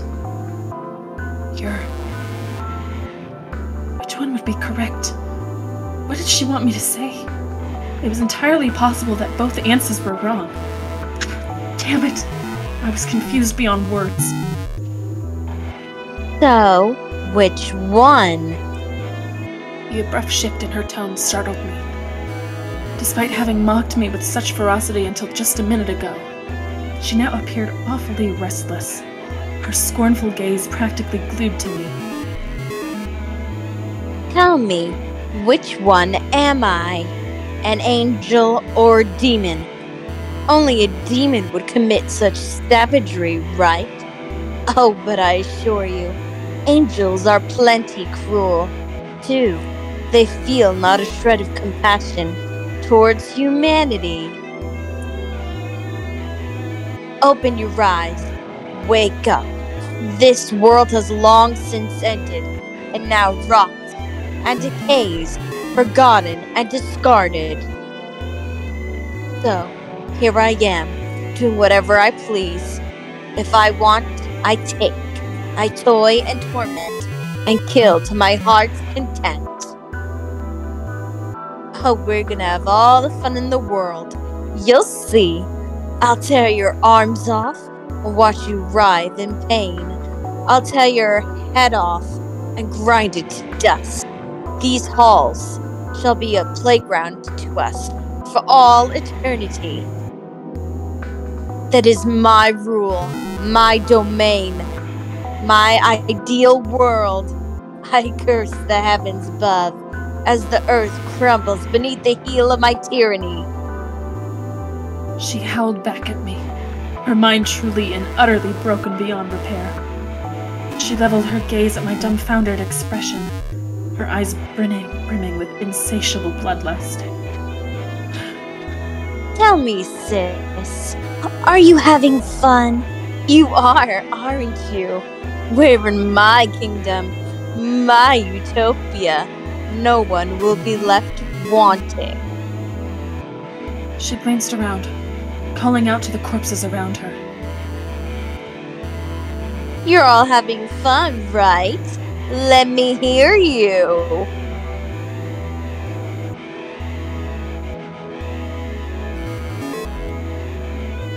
Yes, we're having fun. The decayed corpse that was once my friend answered her.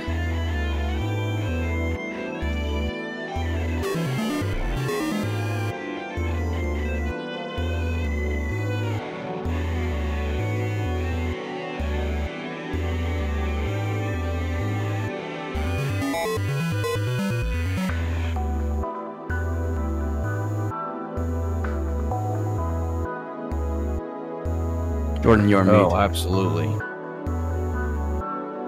So did the chopped up homeroom teacher. Did you hear me?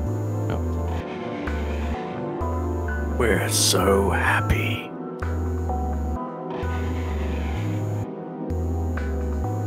Linny. So very happy. The heads of the two lovers dangling from the ceiling joined in their chorus. 楽しいね。 This is fun. So much fun. Their decapitated bodies all boomed in unison. 楽しいわ。 I love it here.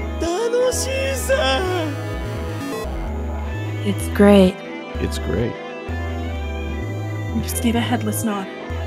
楽しい。 This is fun. It sure is. And yet another voice disapproval. Fun. Fun. Fun. Fun. Fun. Fun. Fun. Fun. See how much fun everyone's having. I couldn't be happier. I'm not mistakes in any of my ways. Not one bit. Which is why you should join them, sis. Once again, I felt the piercing gaze of her crimson eyes upon me. And in that moment, I knew I was finished. I would be killed. Brutally. And without a shred of mercy in ways far too gruesome for me to even imagine. Think of the fun we'll have together. You will curse the day you were born by the time I'm done with you. I'll preserve your 5 senses. Make sure you feel all the pain, down to its finest, harrowing details. I'll show you what it's like to be chopped into pieces. What it's like to have your own body rot and decay before your very eyes. You will understand just how painful, how truly and utterly agonizing life can be. I will open your eyes to the agony of having been born. Felt my thoughts wander far as my mind and soul yielded to complete terror.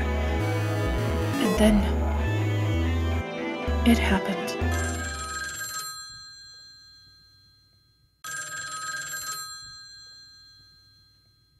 What was that? Needless to say, it was a phone, sitting right in the middle between the two of us. Impossible. Why? How could this be? But when? No, I won't accept this. I won't. The phone kept ringing, unrelenting in its purpose, almost like it beckoned me to pick it up. Enough. Irritated, Shiina pulverized the phone with one clean swipe of her hand. A satisfied smile overtook her features when she confirmed that the ringing had stopped for good. A bug. I thought I had full control. Could it still be unstable?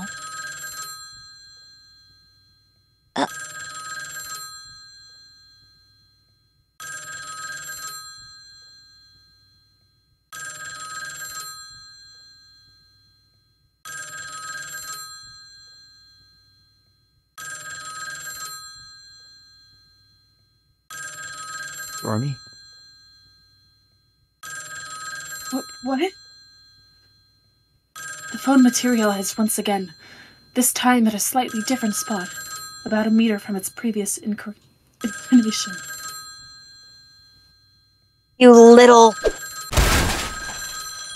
The moment she got rid of the new phone, another one sprang up at a different location. She made sure to destroy that one as well. Yet mere seconds later, 8 more appeared. 4 on various desks, 1 on the teacher's podium, 1 in front of me, and another at arm's reach. And finally, 1 behind Shiina. All 8 phones buzzed alive in a relentless cacophony of sound. Their boom was the trumpet of salvation, mercilessly shattering her lies and deceit to smithereens.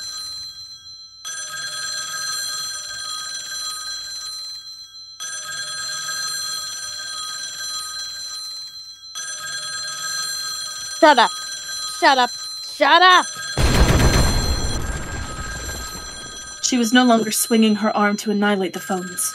Instead, she merely pointed a finger at them, destroying each one in rapid succession. Yet still, the ringing refused to cease, forcing Shiina to cover her ears with both palms, almost like she was ready to pluck her own head from its place.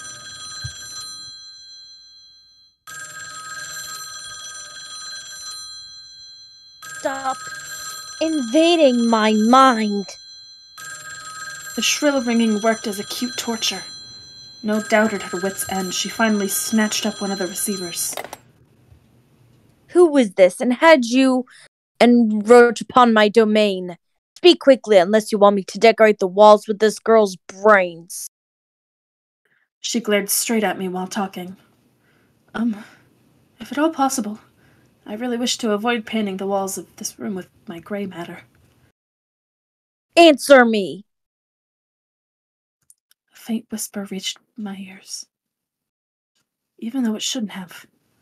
After all, I wasn't the one holding the receiver. Its tone was pregnant with warmth and kindness, putting me at ease. I owe you no answer, nor do I see the necessity behind your threats. The second you answered the phone, you had already honed in on your coordinates.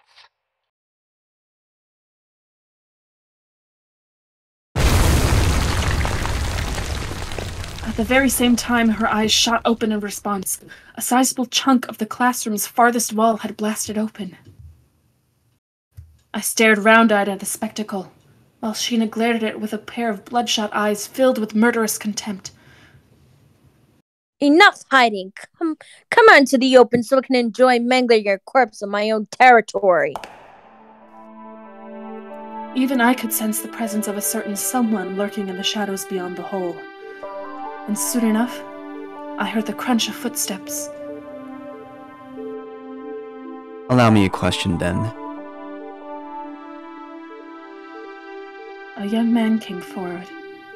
The very first thing I thought of as I beheld him was embarrassingly trivial, yet oddly enough I couldn't shake it from my mind. I was certain his skin must have been ice cold to the touch. He looked at her with a gaze bereft of emotion, his eyes reflecting only a lifeless void, his locks the color of midnight.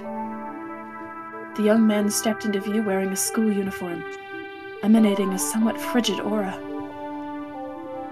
What does the absolute ruler of this makeshift reality have to fear? You allow me to speak and infiltrate your domain. That's... Before she could finish, another unexpected guest entered the fray.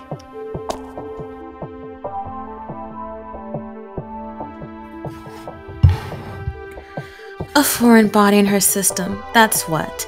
To her, we're basically like the T, the G, or even the Ebola virus.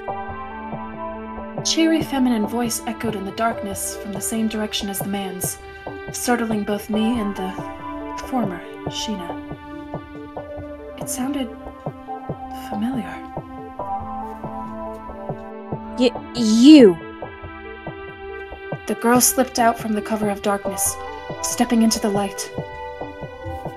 She wore a dark sailor outfit with a deeply slit and considerably short skirt, her silky black hair glistening in between bewitching hues, almost like it was a thing out of this world. Three things stood in contrast to her dark visage: her milky white skin, a bright yellow scarf, and a scarlet choker. Still, the hair in the uniform gave off the impression of a woman cloaked in the very shadows she slipped out of. The problematic bit was her face, though. Mostly because it looked awfully familiar. In fact, I'd just met and spoken to her a short while back. Then I stumbled upon her decayed corpse, much to my horror. No way. Yuri? She cocked her head to the side, visibly in thought. After a handful of seconds, she struck her palm with a fist, no doubt having come to a certain conclusion. Yuri. Lily? Alright, guess it makes sense now. A bit too simple though, don't you think? So anyway, what was your name again? Her only answer was silence and a fierce glare. Yet her expression had lost all trace of its former composure. Let me think. Man, I can't for the life of me remember. Sorry, I really don't make a habit of remembering every little nobody. Silence! Enraged, Shiina thrust a hand in her direction. It seemed as if a certain something with translucent outline had struck the dark-haired girl, sending a series of vibrant, barely visible ripples through the very air around them. The abrupt gust-like phenomenon set the girl's obsidian locks dancing wildly in the air, seeming to come to life like an entity of its own. Her skirt and scarf, too, fluttered lightly. But that was all. I didn't actually see anything, but I knew she did something. It simply wasn't overtly visible to me.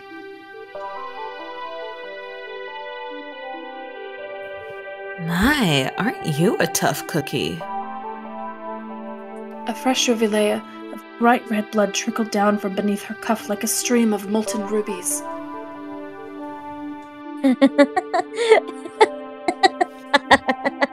Is that all it took? One stripe from little old me is enough to make the so-called Witch of the Night shed blood. You make me laugh. The Witch of the Night inclined her head and smiled, paying no heed to her injuries. Oh, come on. I'm younger than you think. In my heart of hearts, I will always remain a maiden of 11 years. So young and so inexperienced. The man, Setsuna, came forward in an instant, stepping between the two women. Almost like her knight in shining armor, or maybe bodyguard, or, well, whatever. Which is why I'm leaving the task of eviscerating your sorry butt to my pal Tendo Setsuna over here. Do try to put up a good fight so I can enjoy seeing him crush you. Should we not prioritize Kugutsu Sorami's safe extraction? He shot a look in my direction as I was still just standing there, completely removed from their prior conversation. His gaze reflected nothing that could be labeled an emotion. As he leveled his gaze on me, I saw no hatred or sorrow, no curiosity or even compassion. He simply looked at me. At the very least, that's what it seemed like it to me. I'll get her out of here. You just focus on giving little Miss Queen Angel here the spanking of a lifetime. Acknowledge. Target confirmed as Gethel. Setsuna then directed his gaze at the young girl he had just referred to as Gethel. The Angel of Power. She who robs men of sight and governs the hidden things. The master of this trifling microcosm.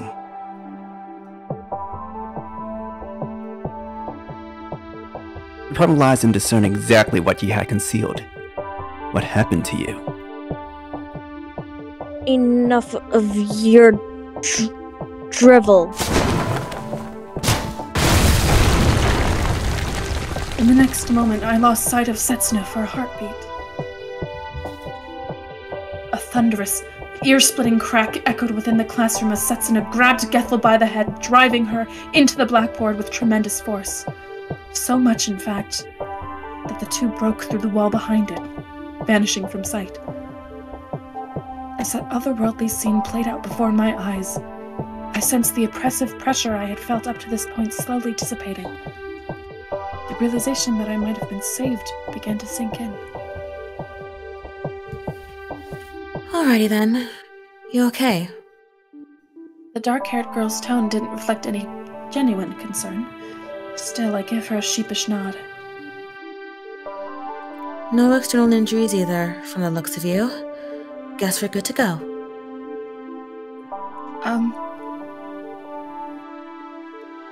Yeah? Ah, by the way, I'm Lilith. Nice to meet ya. She wasn't Japanese, was she? Are you Scandinavian? Not quite. I grew up in Eden. Well, let's just say I butted heads with family and ended up moving to the coast of the Red Sea. A wink and a mischievous laugh followed. Still, Eden? Was there a country with that name? The only Eden I knew was from the Bible. So, what was I trying to ask her? No way, not now. The details of your arrival in this world are a tad bit too complicated for them to be discussed in a place like this, I'm afraid.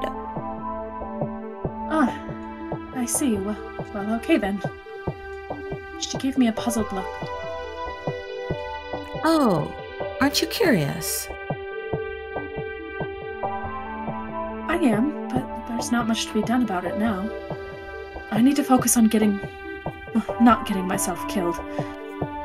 I do have one question, though. Go on. Is this a dream? Lilith's expression clouded over. I'll try to make it easy to digest. In short, this world is a lot like a dream. Not yours, though, but Gethel's, the girl who was here a minute ago. It's her mental realm, so to speak. Her mental realm? Yep. A world under her absolute control, existing only for her. She could even bend the laws of physics to make whatever she desired a reality. Hold up a sec. If she can do whatever she wants, doesn't that make her practically invincible? Are you sure your friend can handle her? We'll see. I'd say the odds of victory are about 80%. In whose favor? Lilith merely answered that with another giggle. Starting to worry? Well, of course! If he came all this way to help me only to be defeated in the end, that'd be... you know. Yeah, I get it. I wasn't in mind to get you out of here ASAP, but what say you to a bit of spectating, Lilith spun around to take in her surroundings, her expression soon twisting into a frown, almost like she was seeing the place for the first time. Boy, look at this place. It puts the goriest slasher flicks to shame. I mean, I can handle it just fine, but you're not exactly cut from the same cloth as me, right? She casually made a broad gesture with her right arm. And just like that, all the corpses in the room disappeared. Despite having convinced myself that I wouldn't be surprised by anything at this point, her act still left me in awe. Righto, and with that out of the way... Lilith snapped her fingers, summoning a massive projector screen above the teacher's podium. It displayed an image, the same hallway I explored just a short while ago. Setsuna and Gethel stood at the opposite ends of the corridor, staring each other down. Look, it's like a western. Yeah, add a tumbleweed and the image would have been perfect. Setsuna responded to Gethel's openly contentious glare with an expression composed enough to be considered unsettling. In fact, composed might not have been the correct expression. He was tranquilly incarnate. He did have the look of someone resolved to fight, yet lacked even the tiniest hint of excitement. There he stood in complete silence, his gaze like that of a man who made peace with the hand fate had dealt him.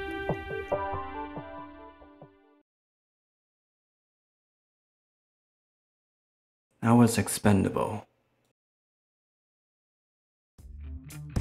A sunny darkness shrouded the corridor, its decayed floor littered with holes. Kugutsu Sorami's safety had been secure for the time being, yet I knew it was far too early to celebrate. The girl before me was the angel Gethel, possessing power enough to construct and maintain an illusionary world. It should lie with whether or not she had managed to find her raison d'etre. According to Lilith, This government's one raison d'etre proved essential in combat. Only a fool would do battle without it. In any event, dismantling her illusionary world would need to come first. Based on Lilith's prior briefing, there are two primary ways to achieve that: inflicting necessary damage in either the world itself or its master. If at all possible, accomplishing both would be the most desirable. So, ready to tell me your name? Tendo Setsuna. Gethel practically spat the words out. Oh, a pilgrim. If you're skilled enough to have made it this far, you must have had at least a vague idea of why you were summoned here, no? That is... Gethel considered me for a second, her lips curling into a wolfish grin. I know you've seen this world for what it truly is, in all its wretched, deplorable vanity. If so, join me in destroying it. Let us put an end to it together. I inhaled a deep breath. Verbal negotiation would yield no results. I am afraid I must decline. I've been called upon to prevent destruction, not to be an architect of it. You embrace violence, or should stifle it. We are at an impasse, which consequently puts me in the position. I lifted my right hand to grind all your hopes to dust. As the nanomachines fed my bloodstream whirled to life, I felt my physical prowess skyrocket. The illusionary world was in a state of flux as such. I endeavored to prioritize avoiding increased interference with the real world. The same applied to making use of my budding skills at magical perception, doubly so against an angel. I see. I suppose the die has been cast, so to speak. If the whole of this world is forged of lies and deceit, I see no reason not to have my illusions develop at all. Your own vision, too, will soon yield to my power. As my breathing evened out, I signaled to Lilith by whispering to myself, letting her know that combat had been initiated. Abandoning conflict resolution through non-violent means, switching to combat mode, prioritizing annulment of present crisis through destructive neutralization of all foes. Gung-ho, feast upon the battles of your enemies, dog of war! Arrogant little shit. I lunged at her. Upon closing our distance, my right fist crashed into her. No physical response. Her contrast rippled, vanishing into thin airs like a mirage. I turned to my left, having a sense of a visual disturbance in the air, only to be propelled backwards by a kick. Number 1, eroding sense of distance. To render my vision impaired, I proceeded to launch a series of kicks in the direction of the freshly materialized Gethel standing right in front of me. No reaction. It seemed she did indeed disrupt my sense of distance, much like she had proclaimed. Number 2, eroding location awareness. I felt a sharp pain in my right foot the moment it touched the ground. I stepped into a spike that I could have sworn wasn't there a moment before. The erosion of one's location awareness, regardless of what I was actually seeing, was unable to properly discern the location of objects and environment. Are you scared? Oh, I hope you are. Can you even trust your own eyes at this point? This had been one of Gethel's abilities. As I recalled, she once inflicted blindness upon the Emorites, causing them to massacre one another. Let us assume a truly skilled combatant, a master among masters, has lost his eyesight. Such a person would still be able to discern the opponent's location by sensing his presence, detecting the sounds he made, and so on. However, I still had my sight. In fact, my vision was being flooded with plenty of information. The fact that what I saw looked vivid and clear, unlike an illusion, was certainly not helping matters. As such, I'd like to stop relying on my eyesight. No use for it here. I'm not particularly afraid, no. I've already devised means to defeat you. Gethel's next strike came from the 7 o'clock direction. I caught her attack my left arm while keeping my gaze fixed on her illusion. Got him right! Tachikara, roll! An action that lasted no longer than a split second. I smashed my swollen right fist into Gethel's abdomen, only yielding reaction from her.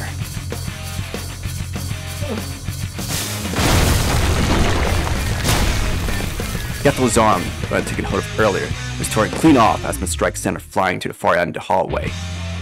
However, she vanished from view the moment I initiated pursuit. As I was about to halt my advance near the end of the hallway, I found myself pathetically crashing into the wall. I clutched the back of my head, uttering curses beneath my breath. Temporarily forgotten about my impaired sense of distance.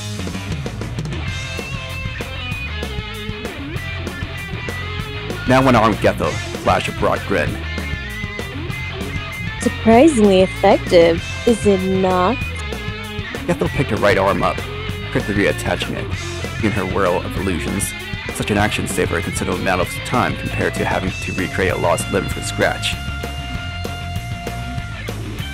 I let my guard down, I'll admit. But I am not letting you use that wretched sorcery of yours again.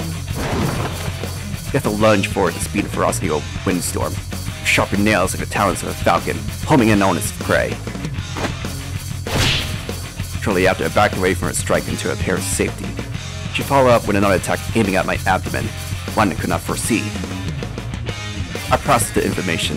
This time, I see the attack aimed at my abdomen, which would lead to the logical conclusion that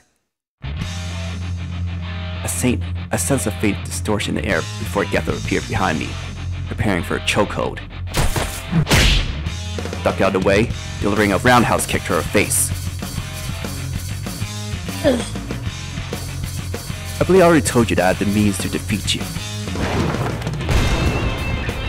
Grabbing the invisible Gethel's face, I kicked myself to the air using a nearby wall, then slammed her into the ground in one swift motion. Next moment, all my fingers that held onto her face broke with a low crack. The process continued in various spots along my entire left arm, almost like a chain reaction of broken bones. The crack of broken bones is music to my ears. Don't you find it romantic, too? Not particularly. I rose to my feet, forcing my fist into a ball, then rotating my wrist to complete the mending procedure. Gethel stared at me, round-eyed. Oh, wait a second. How did you heal yourself so quickly without magic? There exists a myriad of ways, really. Magic, sorcery, arcane arts. That is one way, the very opposite end of the spectrum. Science is another. If I could not restore a broken arm, but no place in the battlefield. She appeared reluctant to accept it. After all, this was her realm, a territory under her absolute control, a place that stood as a manifestation of all her hopes and dreams. Hers was an eternal slumber. She drowned herself in a dream most sweet, hoping never to awake. In other words, the path to defeating Gethel was simple. If her dream encroached upon reality from all angles, this tyranny had to be met in a kind with constructive force. Do you have any idea how much I labored to create the illusionary world? I will not allow you to tear it down. But brandished in one-handed sword, the thick blade covered partially in cloth, and in a peculiar hook-like shape. This fiendish steel seemed somewhat out of place in the hands of an angel. It had to be that sword. The blade of Picati, I assumed. The sword of 7 deadly sins. Long ago, a certain poet journeyed to the hill of Purgatory, where he came upon an angel guarding a stone-wrought gates. The angel lifted his sword and engraved the letter P 7 times on his forehead. The letter signified the man's sins. As he climbed each level of Purgatory, his sins would be absolved. The letters would fade, one by one. The 7 deadly sins were as followed: gluttony, sloth, wrath, envy, pride, lust, and greed. The blade diabolic in its holiness and divine in its wickedness. The very same sword Gethel was now wielding. Exactly. A blade forged to welcome, banish, and judge all sinners. Tasted steel and no eternity. Human. A sword does not belong to you, though. You're right on that count. But I see no problem with exploiting an asset abandonment by the original owner. Gethel moved in to attack. Although I made an attempt to dodge her incoming slash, she seemed to have boosted her own physical prowess by tapping into the vast pool of magical energies housed within the sword. My vision had been rendered a disorganized mess of information. Gethel advanced swiftly and silently, the steel biting into my flesh as I stood unable to evade her strike. A violent splash of blood spurted from my body as the sword engraved its sin upon it. As soon as the sin remained unpurified, the wound would continue to perpetually ooze blood. Gethel howled and laughed as drops of blood trickled down from the edge of her steel. Know your sins and repent, mortal. I refused. What? Gethel appeared to have noticed how I closed up a wound that, by all accounts, should have been fatal. She stared at me in complete disbelief. Madness. Unbelievable. How is that possible? How can a mere human withstand an attack from this blade? This is the very sword powerful enough to engrave sins upon newborn babes and holy saints alike. How could you have endured its bite? I fell silent, losing all vestiges of humanity I still had left. Wonder if she had noticed. How could a mere human accomplish that? Your pathetic kind does nothing but revere God and the angels, while clinging desperately to demons. For someone who was once worshipped by humanity, slowly appeared to view them with ample contempt. Gethel narrowed her eyes at my claim. I'm no angel. I see. What are you then? What manner of creature am I to recognize you as? Remained silent. Her identity as an angel and that of something else must have clashed within Gethel's mind. At that moment, she was effectively neither. In the end, a half-hearted inability to choose either left, or a broken, ravaged mess. She finally began to realize that herself. Madness consumed her mind. Knowledge of the truth drove her to crippling despair. So her tears were shed. Corpses piled upon corpses in her insatiable bloodlust, a fit of blind rage, nothing more. Her madness escalated. The terror erupted. Gethel's blade crashed down as it raised both arms in an attempt to block it, and her strike boasted such staggering ferocity that it sent me flying out the window. Gethel spread her wings and took flight to pursue me as I attempted to keep my distance in midair. We engaged each other in an otherworldly dogfight, incessantly alternating our battlefields between interior and exterior, air and ground, crashed into a dozen windows in the process. Revere yourself, O Avatar of Glenny. Shed pride and cast aside worldly wisdom as you quench your ferocious appetite, drowning in pleasures unbound. As Gethel held her steel aloft, the very earth trembled beneath our feet, splitting the open to reveal a monstrous creature the size of a mountain. These had a reddish-brown carapace, crimson eyes, and jagged shark-like teeth, a layer of mist like haze corded around its terrible shape. I changed my course mid-air as the creature's colossal jaw closed at the exact same place I occupied mere seconds ago.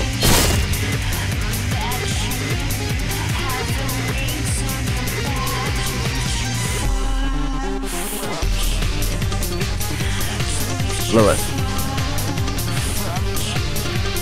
Oh, this is getting good. It looks like let's really oinking up a storm over there.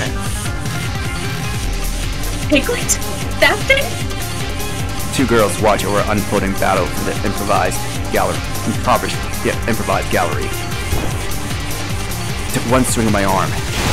God of flames. Hiro Kakasuchi! To make the beast go up into flames. It howled and bellowed as the fires consumed its massive frame, turning it to ashes within seconds. Flames even reached Gethel, scorching her wings.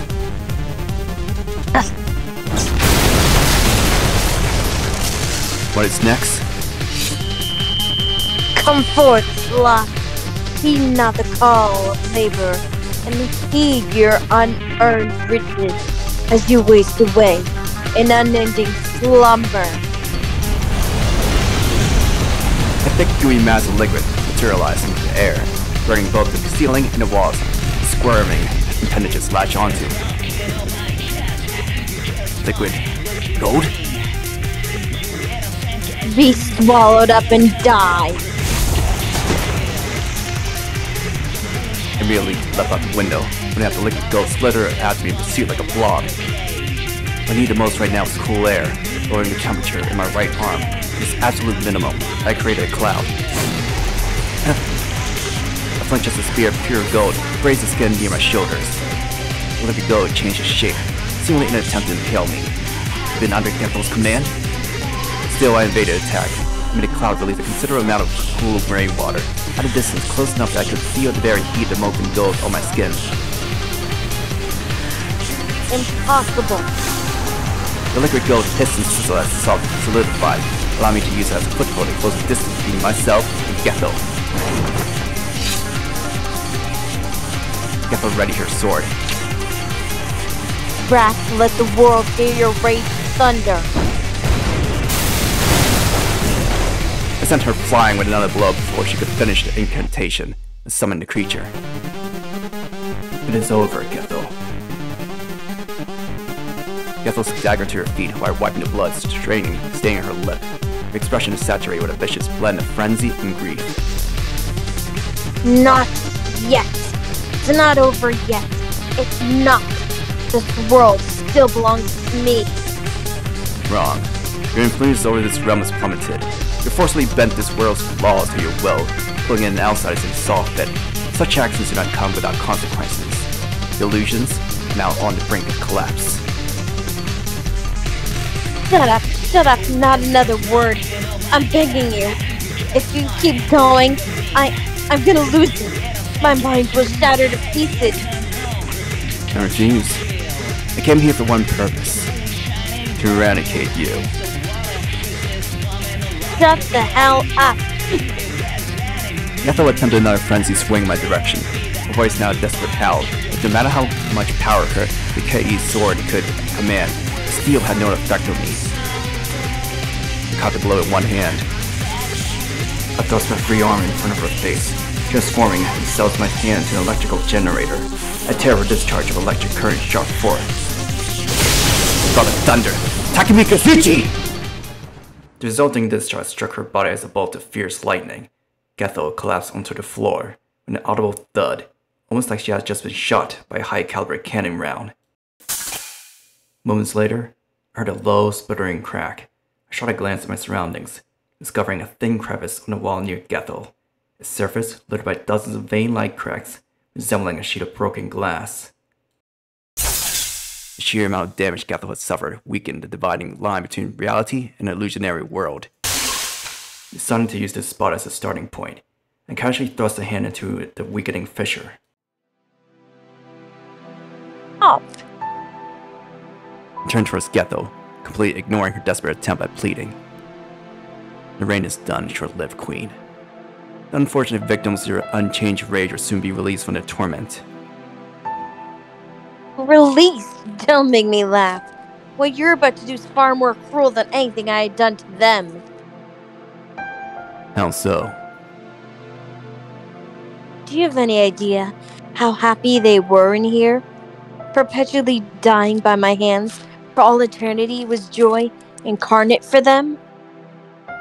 I've heard enough. No, I'm begging you, please, don't do this. Her arm began to emit a green tilted light, which transformed into a series of numerical figures, specifying the coordinates of this microcosm. The Raziel's power has successfully established a link with the real world, initiating deletion procedure. With that, the process began, resuming to work like a gargantuan vacuum cleaner sucking up and disposing of all things that once constituted this world. Naturally, we're no exception either, as I found my consciousness being dragged back into reality in the blink of an eye. I caught a brief glimpse of the world nestled in the crevices between the real world and the illusionary one, a vision of my past. what I once was. Human in nature, yet denied human treatment, a being transcending mankind. I found no point in dwelling upon it. My primary concern was to return to reality, destroy Gethel, safely extract Kugutsu Sorami. Was the most I could do.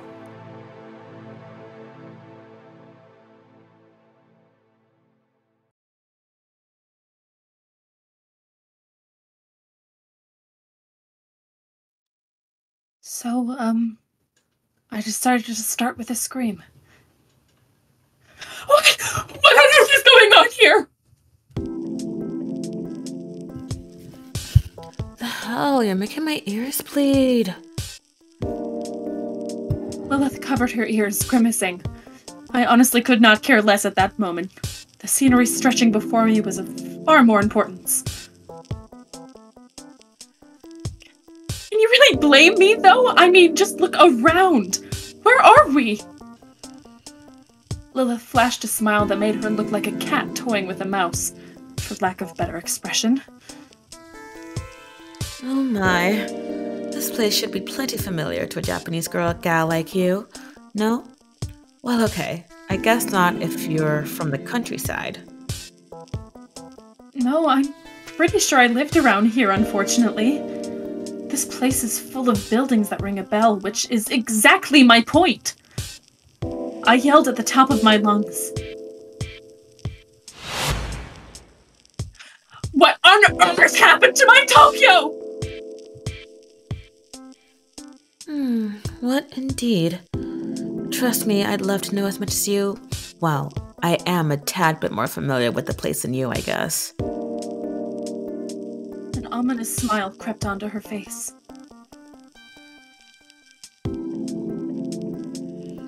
But I'd love to hear what you make of all this. I genuinely wondered if she was trying to confuse me. Either way, I blurted out the first explanation I could think of. Mankind's going extinct after World War III broke out? No, wait, it's already gone extinct! Yeah, let's see. Close but no cigar. And I don't know! Gearing up already? Well, duh. This whole situation is totally bonkers. How's an everyday girl like me supposed to make any sense of it? Every day. Well, whatever. Right then. Guess I'll show you the ropes myself. Lilith spread her arms wide, then slapped her hands together with an audible clap. The world you humans used to inhabit was set on the road to annihilation. Whoa, that's a bit heavy for an introduction. Angels and demons, too, are on the brink of extinction. Angels and demons?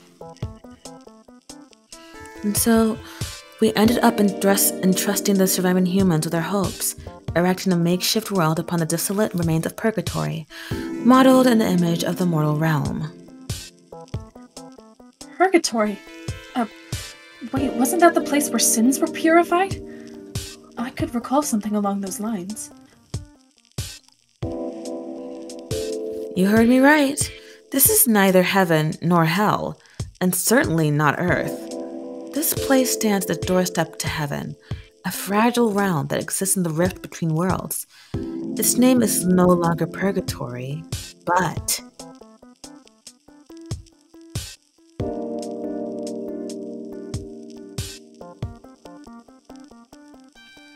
That's how we came to refer to it.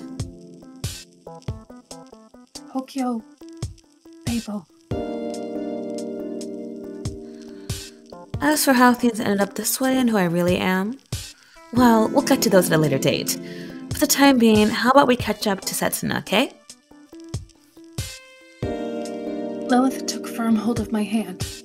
I imagined she did it so I wouldn't get separated from her, but no, she actually kicked herself off the ground and took to the air. Huh? It's okay, just relax. Relax? How? over her shoulder, Lilith flashed a positively mischievous smile. There aren't any people down there, so no need to worry about anyone catching a glimpse of your underwear. Who cares about that? Falling to my death is a bit more immediate of a concern to me right now. Come on, you're gonna be fine. Probably. Hopefully. Yeah. That didn't sound very reassuring at all. There they are. Wait, who? Whoa! Gethel, my former sister, had wounds all over, her clothes having been reduced to a frayed, tattered mess. The numerous burn marks pockmarking the cloth were no doubt caused by that bolt of lightning that struck her earlier. I was beyond trying to make sense of the situation. This was all too much for me. Man, that Setsuna's one tough son of a gun. Alrighty then. Gethel. As we landed on the ground, Lilith let go of my hand and motioned for me to stay back. She approached the girl called Gethel. The angel attempted to stagger to her feet while staring daggers at Lilith. Don't bother, Gethel. You're going to die here. You'll perish like the fallen angel you are, and that'll be that.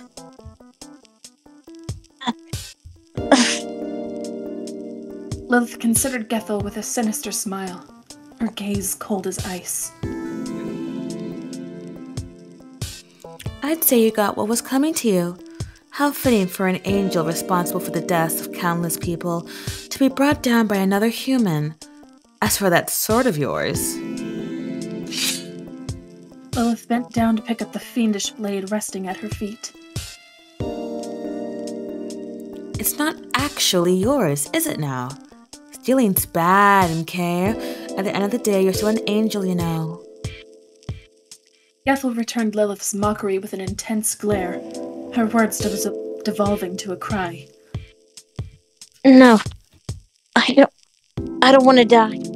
If I die here, I'll cease to exist the way I am now. I can't do much about that, I'm afraid.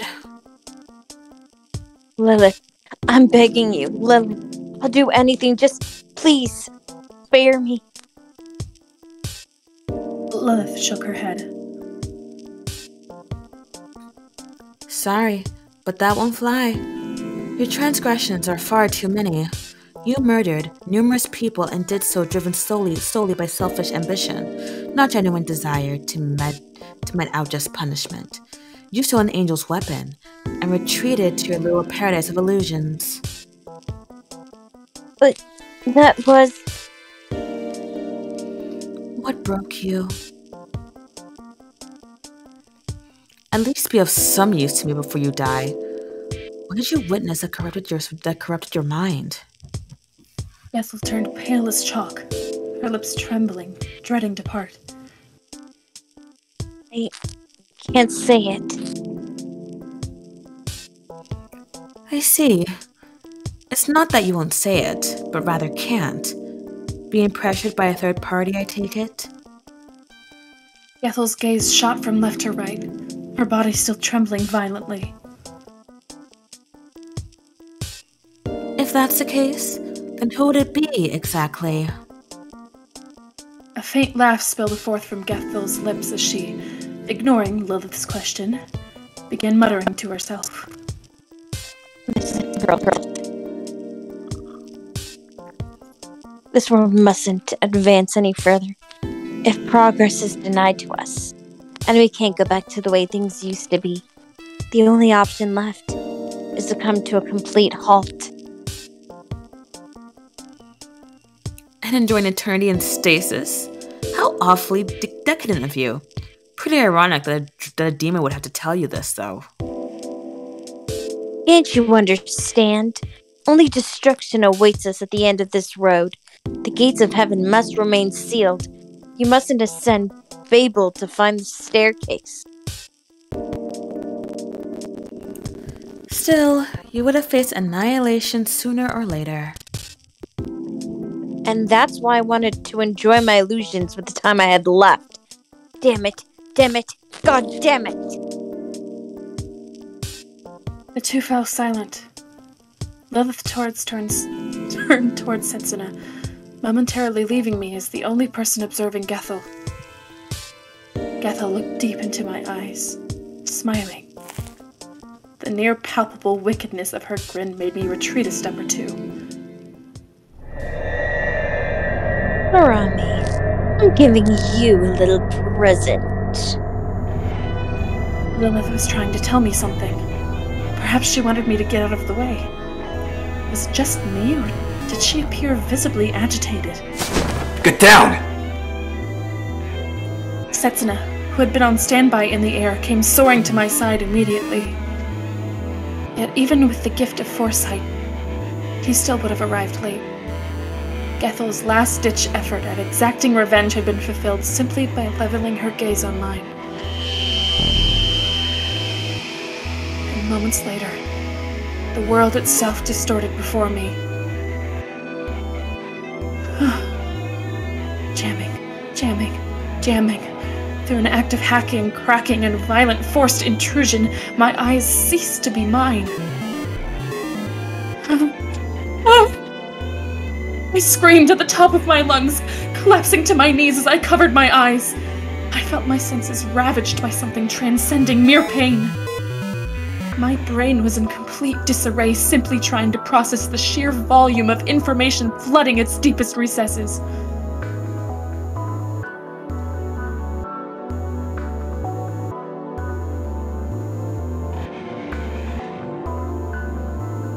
A violent shockwave of information shook my senses like the swarm of a myriad insects buzzing right next to my ear. Completely disregarding the fact that others could have been watching, I messily vomited on the ground. Are you okay? Setsuna placed a hand on my back. I appreciated the concern, but yeah, I wasn't okay at all.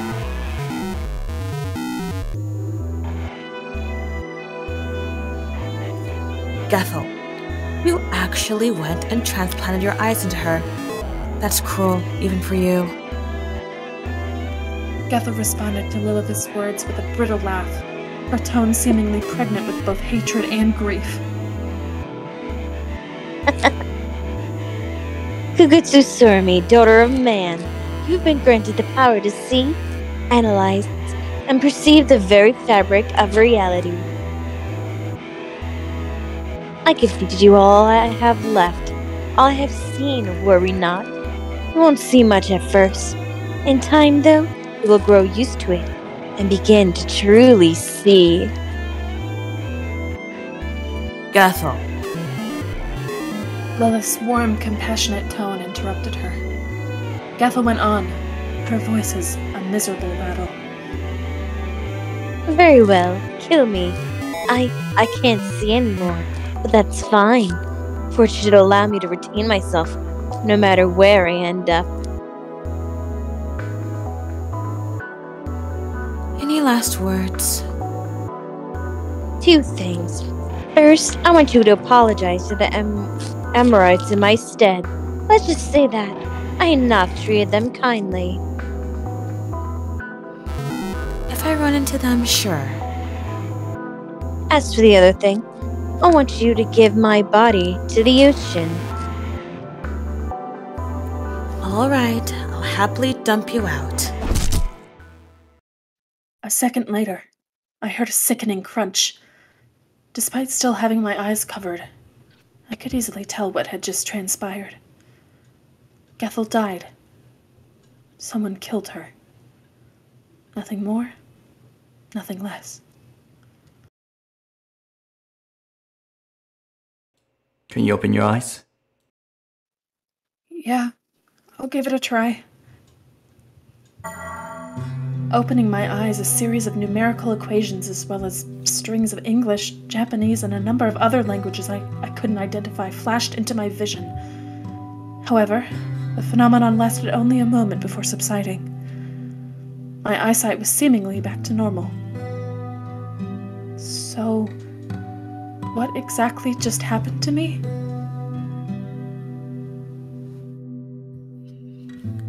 She transplanted her eyes into you, giving you a fragment of her power. Gethel was the angel who governed the hidden things. Basically, those eyes of yours can hack into and reveal the truth about all creation. Oh, so that's a good thing, right? Well, you might very well end up with knowledge no human's brain is even capable of comprehending, whether you want it or not. I take back what I said. Please undo it. Lilith merely shrugged with a playful smile, which kind of pissed me off, honestly. Well, I was going to send you back to your world after a thorough memory wiping, but I guess that plan's down the drain now. Well, if you can't send me home, at least explain to me what's going on here. Everything you know. Lilith, we'll be taking Gethel's body now. Not so fast. I think we should all go. Might as well show her what's become of this world. Setsuna directed his gaze at me. His expression was impossible to read. What was going on in that head of his? Understood. He picked up Gethel's body with a sigh as Lilith took me by the arm and up into the air. It's Ginza. The cityscape was in shambles, its buildings worn down beyond repair. Yep. And we successfully managed to liberate this stratum. Seriously though, that was one hell of a starter quest. I hate to think what's in store for us in the future. Oh, guess you're hankering to ask a question or two, I shook my head. Not particularly, no. I'm sort of trying not to sweat the small stuff for the moment. I mean, hopefully you guys will explain everything in due time so I can begin to piece things together. You've got a good head on your shoulders. I like that. Gotta say, you're one tough gal. Oh, I'm just adapting to tough times. The last couple of hours or so seem to have toughened me up quite a bit, truth be told. Alright, last stop. We landed in the middle of a large road with no particular distinguishing features. I mean, aside from it being incomplete ruins. Just a sec. I'm requesting the necessary authorization for the purge. Purge? Lilith whipped out a rotary phone in the middle of the road and began noisily dialing on the ancient thing. She's about to dislocate a portion of Tokyo Babel's outer wall in order to get Gethel's body to the ocean. Oh, she's actually gonna do that? Like, physically drop her out? Setsuna nodded. His expression as serious as I'd ever seen it. Yes, physically. It was a final wish. We ought to grant it.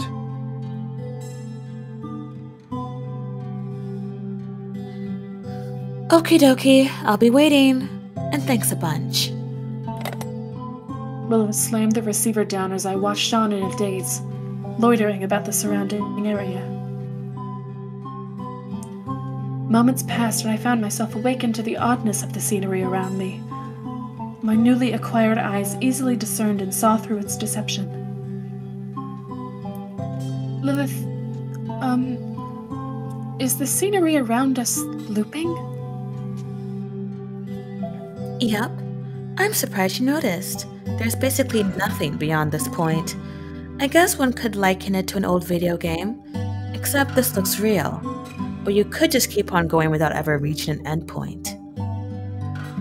Lilith extended a hand, smiling. She really did appear to be having fun. Huh. You can never move on from here. Ever. Well, it sure looks just like the real thing, though. I abruptly stuck out my hand, then glanced over my shoulder, half expecting it to see it in the far distance behind me. No such luck, though. Yeah, no, I shouldn't have had my hopes up. Hey now, stop fooling around. Ah, there she is.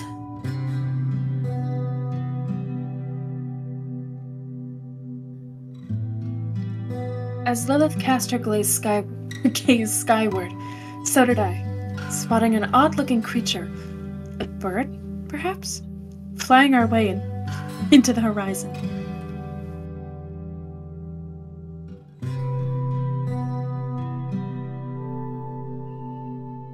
Is it a bird? Is it a plane? No, it's...